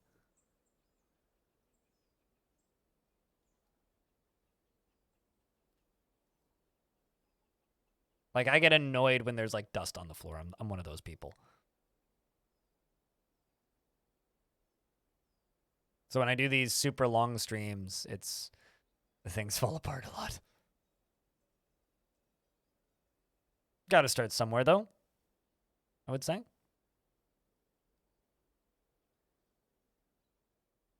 In regards to the channel points.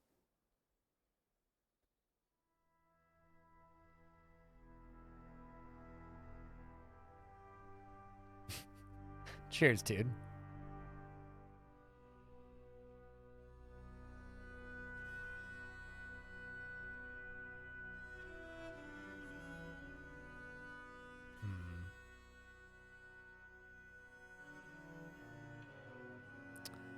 I've got a thing I need to do, which is a little tricky. I need to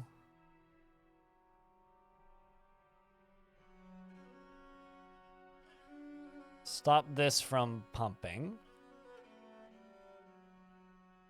And then I need to channel out up here.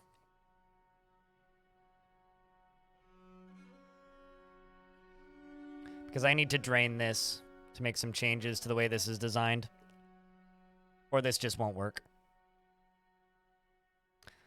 Dr. Adam, thank you very much for the 4th month.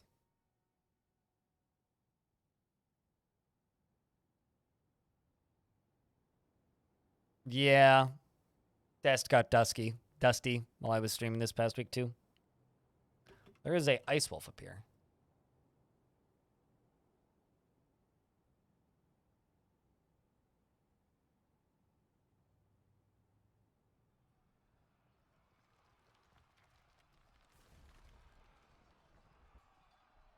Just killing those ice wolves.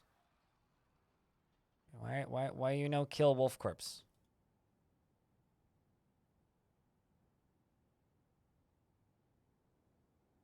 There you go.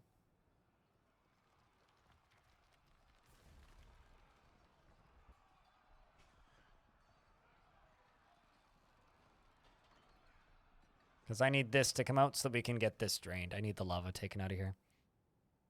Oh, you're looking at your desk. Fair enough.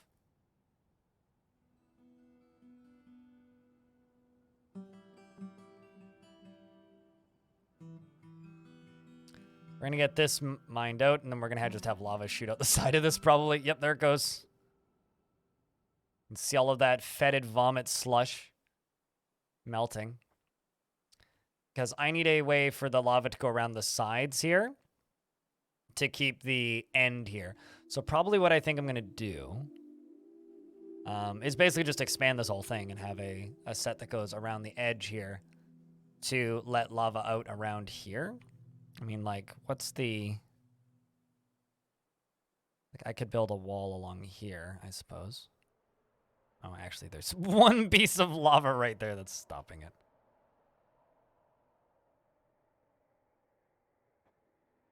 Desk inspection. That was yesterday, actually. They passed over your office, Hazaza, because they just knew that you would fail.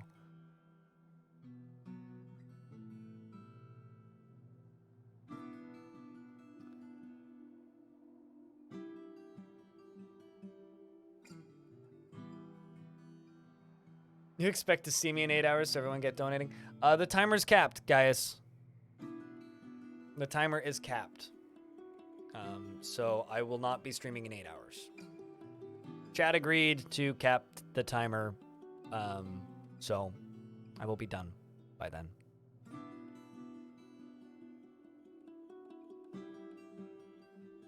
But at the same time, it's been fun. There will be a stream sometime on the weekend, though.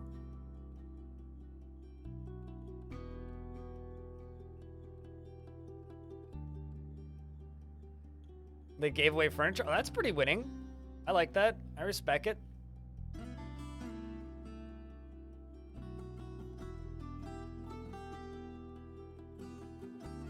Yeah, hiking day is bust with the avalanche, so I will keep an eye on the weather until tomorrow, but we'll probably just not go camping this weekend. So there will probably be a stream on the weekend at some point.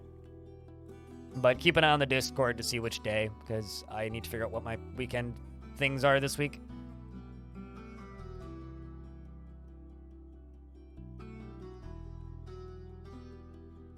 But no, I need a day off.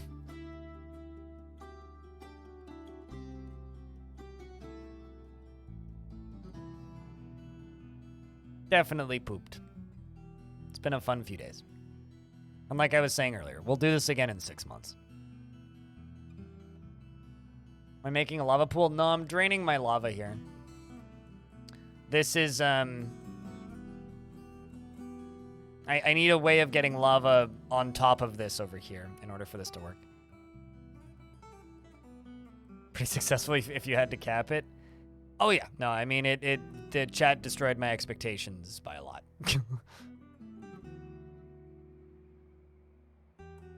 Should have just made this whole thing out of obsidian.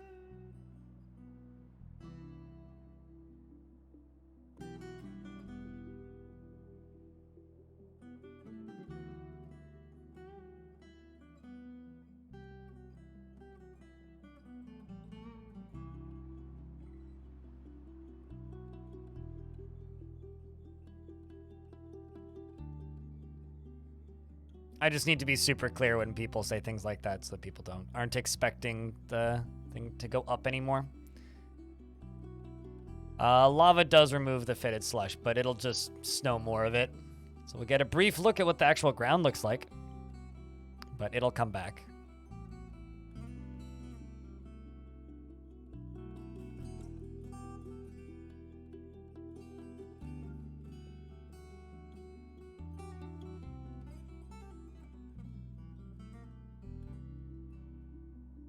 No more of it.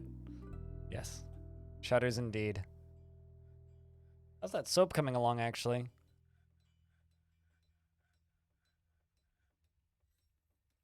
But I'll tell you this, chat. Next one of these we do, I'll make sure I have at least a week set aside. With no doctor's appointments at the end. Make lie. We've started making soap. There we go. We've got soap again.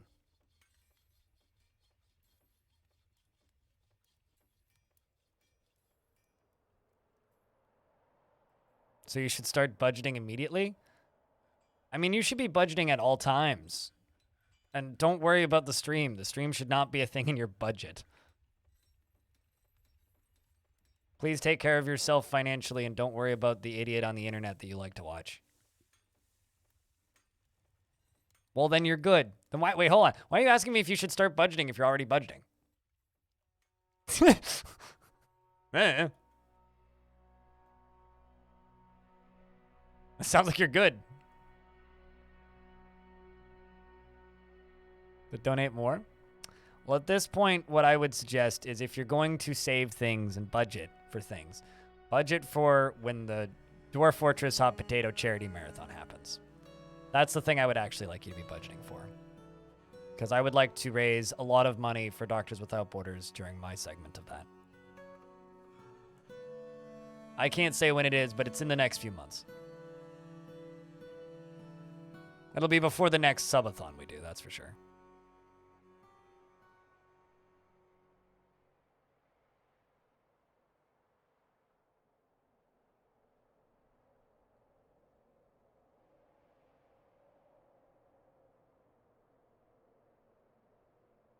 What's the full length of the subathon so far? 70-something hours. We started on Sunday. The current stream session is 39 hours and 40 minutes.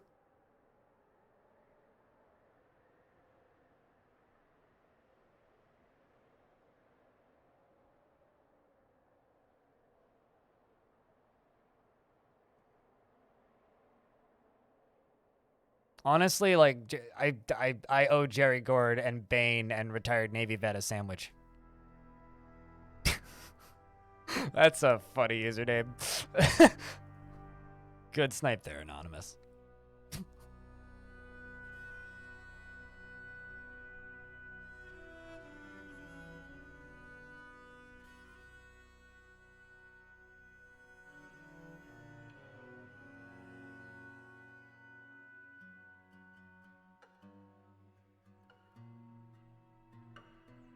Sup, Frank?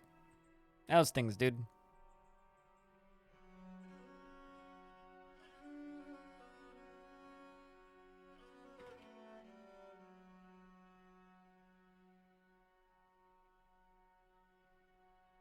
We are just running close to the end of the subathon.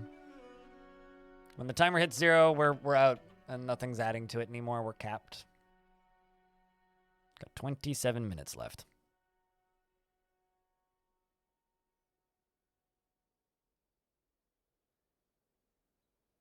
It's been fun. It's been fun.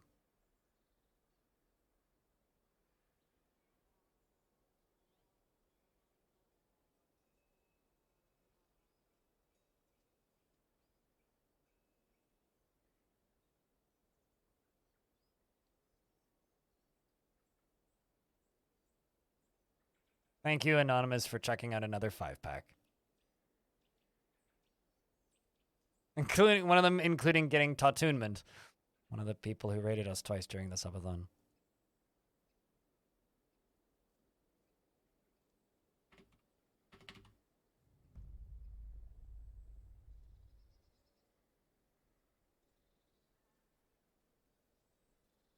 You're here for the last hurrah? Pretty much.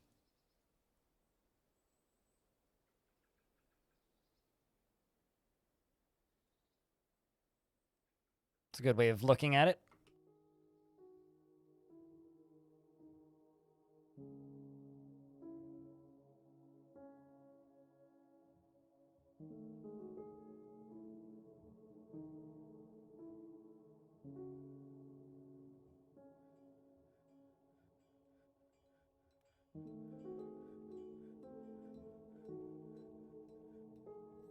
Let's do that, this.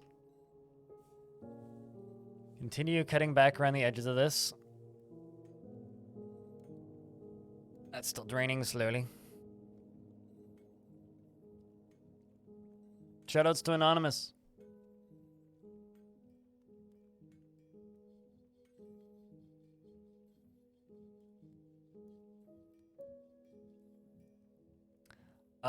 There will be a stream on the weekend, probably. Normal schedule returns properly next week. Oh, geez, I've got this one tile off.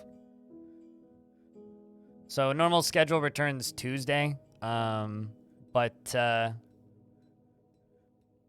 I'm not entirely sure which day of over the weekend I'll be streaming, because I know I'll be streaming at least one. And there will probably be an editing stream at some point, probably Friday, if I had to guess, in the evening, which you'll probably sleep through. But keep an eye on the Discord, as per usual.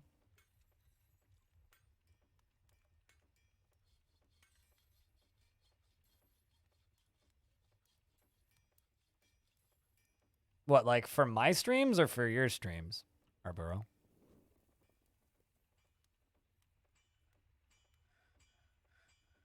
My schedule's pretty easy. It's Tuesday, Wednesday, Thursday, 9 a.m. Pacific. For everything? Yeah, well, that's fair.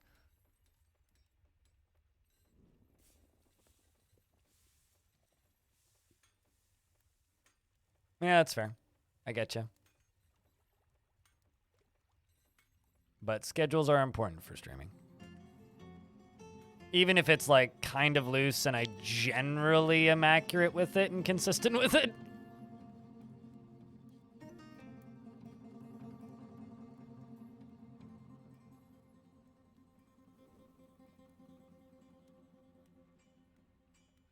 And it's a simple reminder that everything is last minute and to have a little spook. Generally, yes. But yeah, I mean, my schedule for stream is just Tuesday, Wednesday, Thursday. Long streams are guaranteed where I stream somewhere between 10 to 14 hours, usually. Sometimes a little less. And then Saturday or Sunday streams happen sometimes, and then I also stream on this account.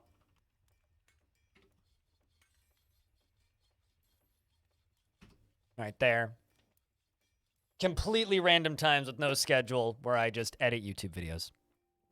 So, I do both things.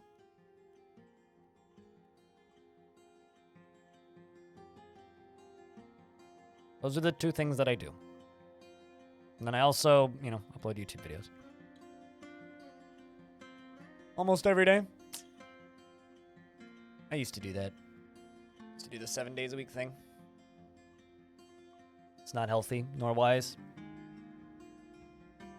Gives unreasonable expectations, doesn't allow you to have a social life. And then when things take off and people expect that, it's harder to it's harder to stream less than it is to stream more. You don't know how to stream?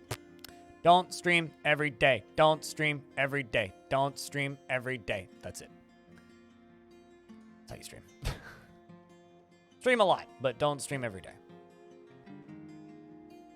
It's a really toxic work culture thing among streamers to do the daily thing.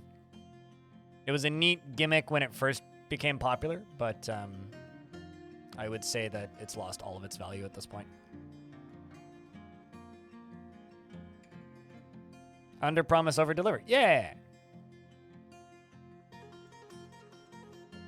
Or don't promise and then over-deliver. Especially if you're doing it for fun. Because if you stream too much and you're doing it for fun, the only thing you're actually going to do is ruin streaming for yourself. You're going to ruin video games, you're going to make it feel like a job, and you're going to lose your hobby in the process. Don't stream every day. It's really fun to play video games every day until people expect you to. Just like anything. If you make it into a demanding job, it'll stop being a fun hobby. And a lot of people make streaming into a demanding job for themselves. And then they burn out, and then they wonder why. And it's like, well, you're burnt out because you made it into a demanding job.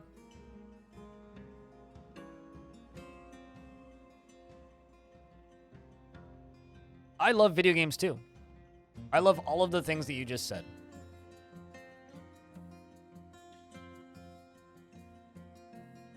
But streaming 7 days a week made me genuinely hate video games for a little bit. It's not worth it. Don't ruin your fun hobby by making it into an annoying, underpaying job, which is what streaming is for the vast majority of people on this website. I streamed for a decade before I got to a point where I was making even remotely decent money.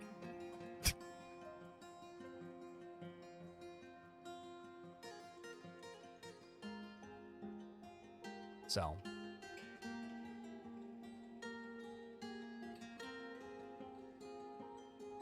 You went into mechanical engineering. Oh, that's a switch. It's a good career path though.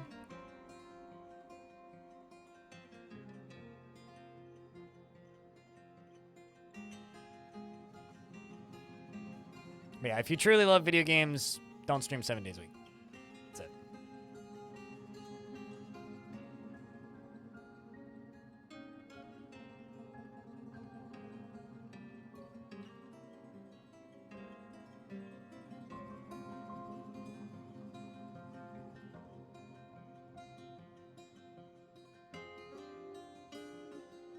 All right, let's do that, this, that, and this. The worst part about modern Twitch, though, is just the fact that everybody thinks that they can make a living doing this. When in reality, when all the Twitch revenue leaked a couple of years ago, I was like the 8,000th highest earning streamer or something, and I was making like less than 20 grand Canadian a year streaming. So very few people actually make good money doing this.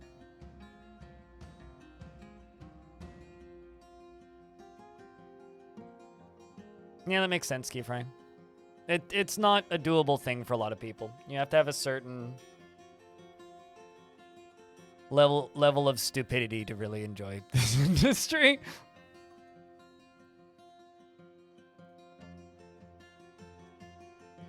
I mean, I've made a living since 2016 doing this, right?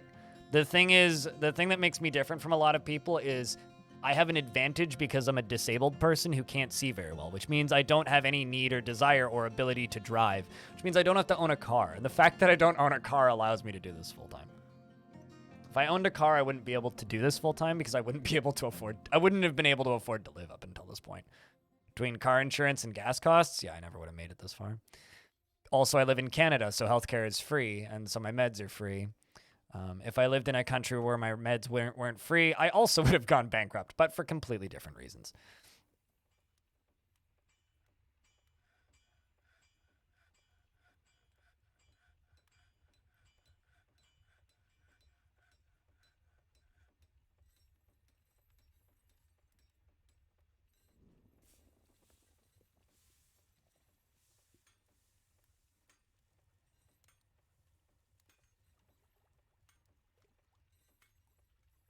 All right, so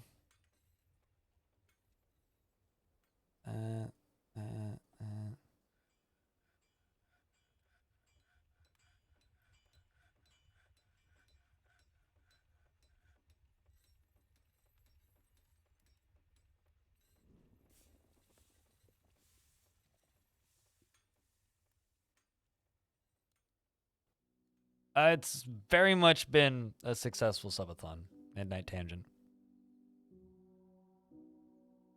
Aren't we all stupid? Brains have to be taught to be smart.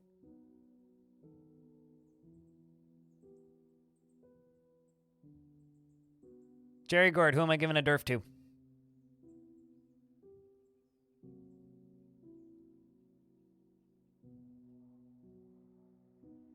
Nope.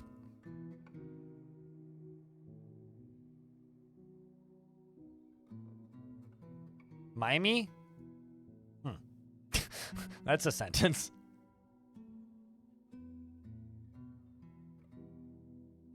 Oops, wrong button.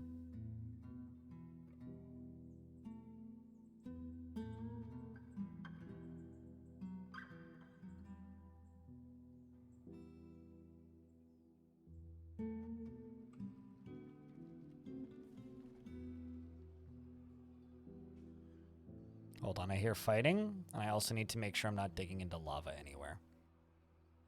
So...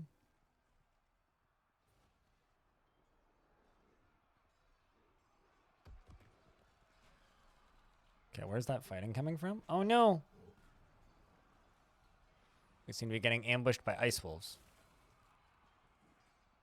Not actually sure what just attacked us, but I see a dead, agitated giant crab. Well, something's going after us.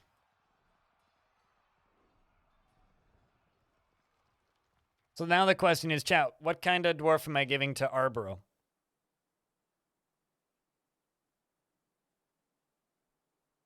What a roller coaster. Yep. It's been time. It's been fun.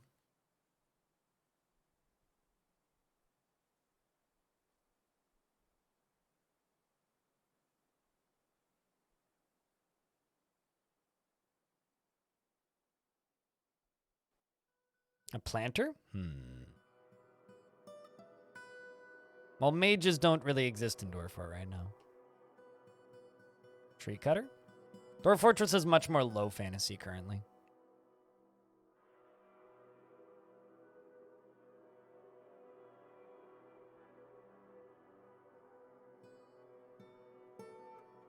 All right, let's go planter. Arbor, beard or no beard?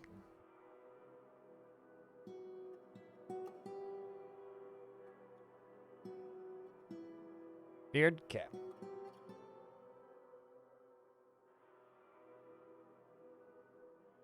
Congrats. Glad you can get some hard-earned rest after this. Yep, it's definitely time for long nap. Definitely time for long nap. Thank you very much, very, very much, Midnight Tangent Ryan, for the 3rd month. Welcome back. All right, so Arboro.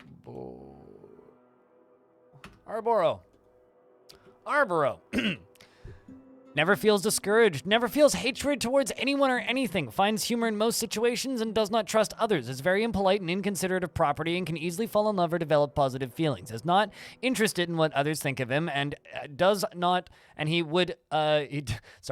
tends to avoid any physical confrontations. He works to square this natural tendency with his respect of martial prowess, and he doesn't try to get things done perfectly. He has a calm demeanor, and he doesn't often experience strong cravings or urges, and he thinks he is fairly important in the grand scheme of things.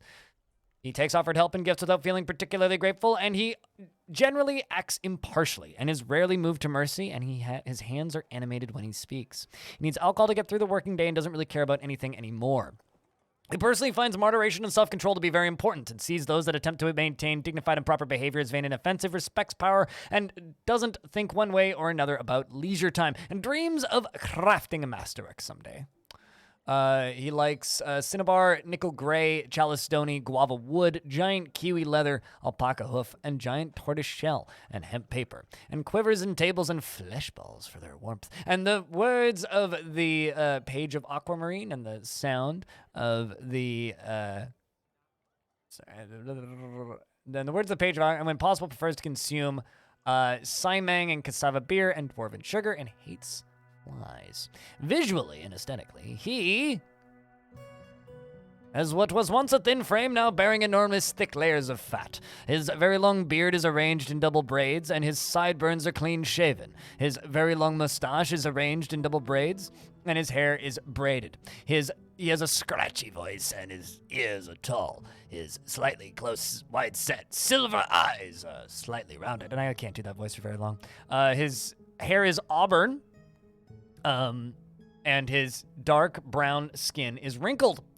Relations-wise, he has one friend who is Sonic got nuked, and he worships Tikak, who I think is the god of metals and, something.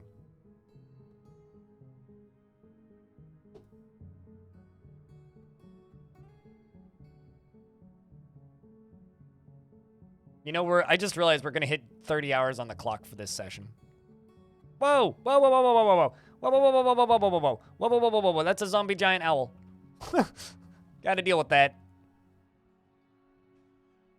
Make it die, please. Make the owl die. Dwarves with pickaxes, please thwack it. Hit it. How's the combat going? Snowy owl. Weaponsmith punches it in the head. That's not gonna do much. Bruising it, okay. Weaponsmith kicks it in the upper body. Let's see, what else did they do? Snowy owl's corpse scratches the weaponsmith. Oh no. Weaponsmith kicks it again. Weaponsmith kicks it again, and he's just kicking it. She's kicking it. She's just repeatedly kicking it. Keep, like, Falcon kicking it. Come on, you go. Oh, no, don't bleed. Bleeding bad. Don't get nauseous. Don't start vomiting. It'll fly away with you. You won't come back down. It flew up. Okay. How about you? We got 2 injured dwarves. Udil just got his clothing ripped off by it and is now, like, falling apart, it seems. Oh, rip dwarf. That's 1 down. Owl fly away. This is suboptimal. The military is in here, and they dispatched quite quickly. Oh, boy.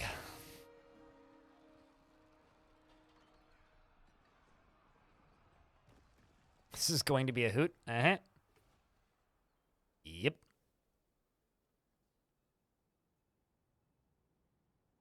All right, so this over here, I'm going to add, not to this one. 9 mins, yes.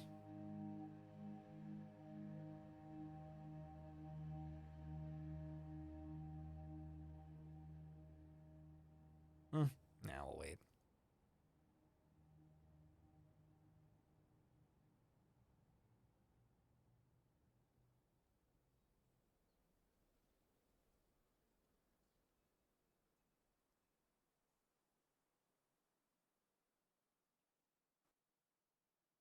Hey, Trimkoff, we're just winding down to the end. Ugh.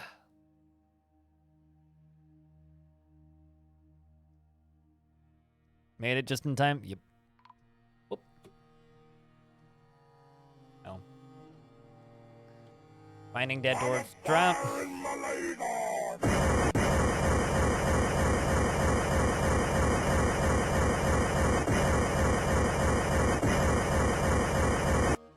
I am a firing maw laser. Wait, wrong voice. Anyway, grats on the Subathon. Been fun crypt beer. The Subathon. Just confirming you do in fact know that is not going to add any time. But thank you very much for the $100. You're very kind. The Subathon, yes, naturally. Okay, good. Just confirming. But thank you very much. Dwarf did in fact just get frozen to death, yes.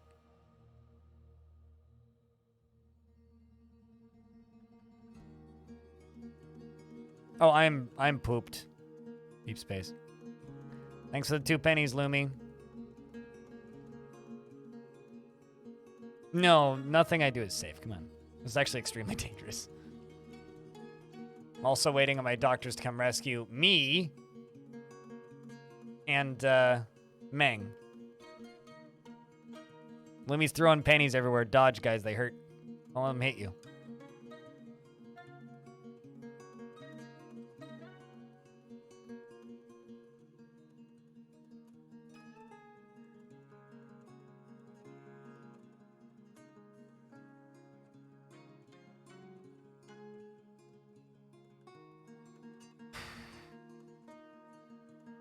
But seriously, chat, thank you very much. It's been a fun 3-4 days. 4 days. Bell and Jess are on. I think I'm going to hit Bell. Although, what's Jess doing? I'll figure that out after. I'm gonna hit one of them, definitely.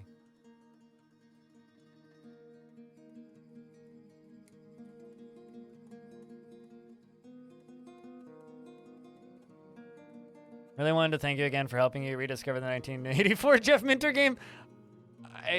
That's not one that I ever thought that I would get a thank you for.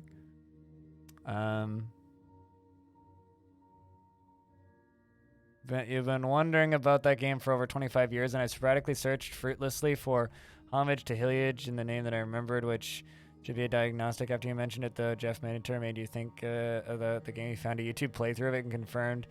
Huh. In future, if you ever have that problem and need to rediscover a game, I think... Hold on. Let me see if I can find this. This is Sparta! Hello.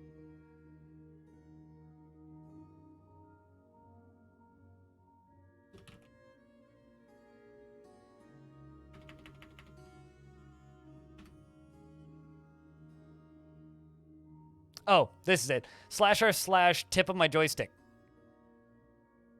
Subreddit. It's literally just, if you can't remember the name of a video game, you just go in there and you describe it best as you can, and they help you find it.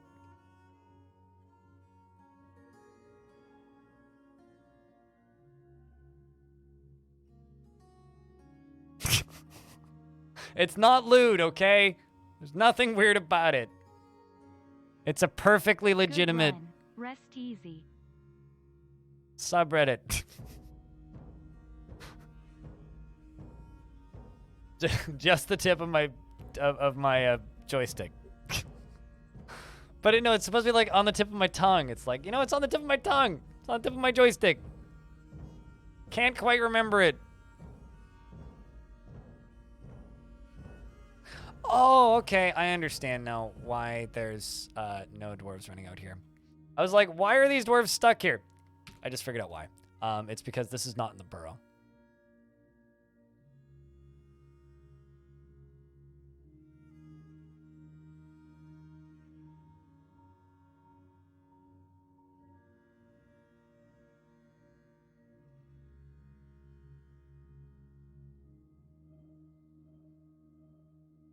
So those two dwarves are like currently perma-stuck and unable to be saved.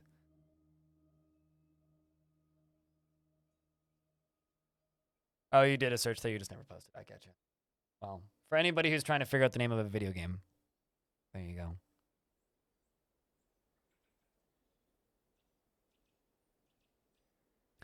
That's the plan. This is going to be our grand entrance, although the walls out here are just construction walls. They will be removed eventually. I do not know why they haven't constructed these walls yet, though. I'll need to figure that out.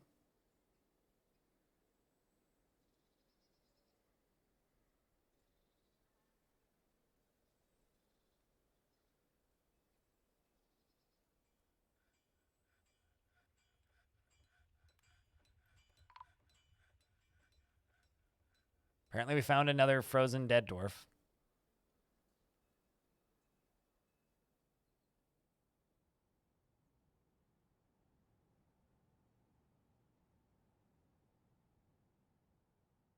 Yeah, obviously stony in the chat is my favorite type of stone. Clearly.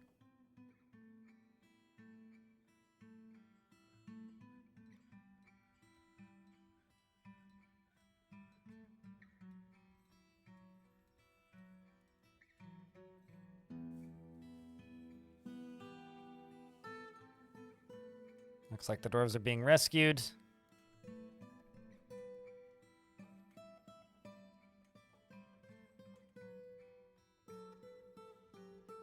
So much ice and salt.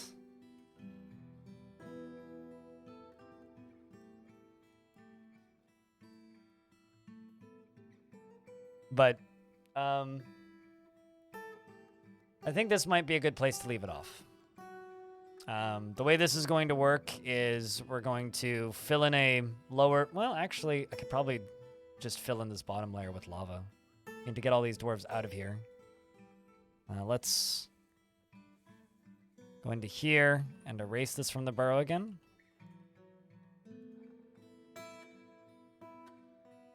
Wait until the dwarves all get out. Fill this up with lava. And then fill the top up with water, and then do it again. And we'll fill this up with lava, and that's where we'll call it. We just need these children to get out of here. Guys, just finish what you're doing. Are you playing make-believe? Oh, that's great. It's excellent. Perfect timing to play make-believe. Okay, sweet. You're getting out. Okay, you're eating something. There they go. They're finally leaving. Some migrants have arrived. Well, guys, come on. Okay, are you grabbing? Okay, no, you're... Okay, go get a drink. What? Why are you two? Get out of the thingy. Just, not totally. My body wishes that stream would end, but I'll be honest with you, Jerry Gord, my brain just wants to keep streaming. But my body says stream needs to end, so stream needs to end.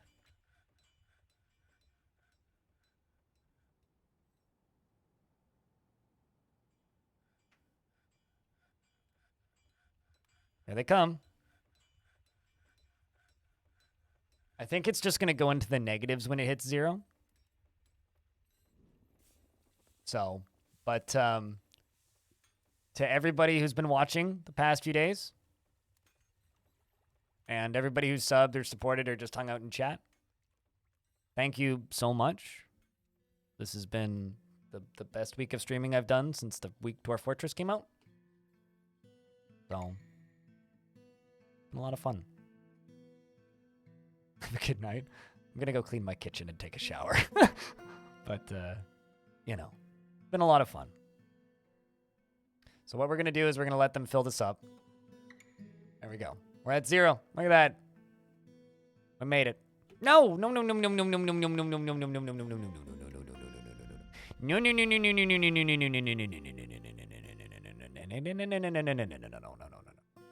You get out of there, newbie. Dude, just...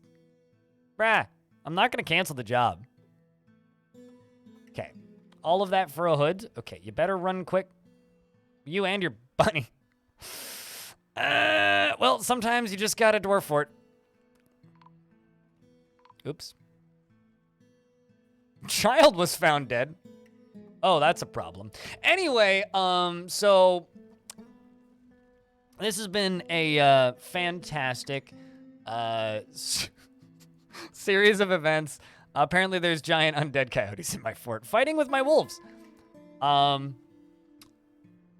Next time on Waterlungs, we'll unfuck this problem. Thank you, everybody, for spending time here for this subathon.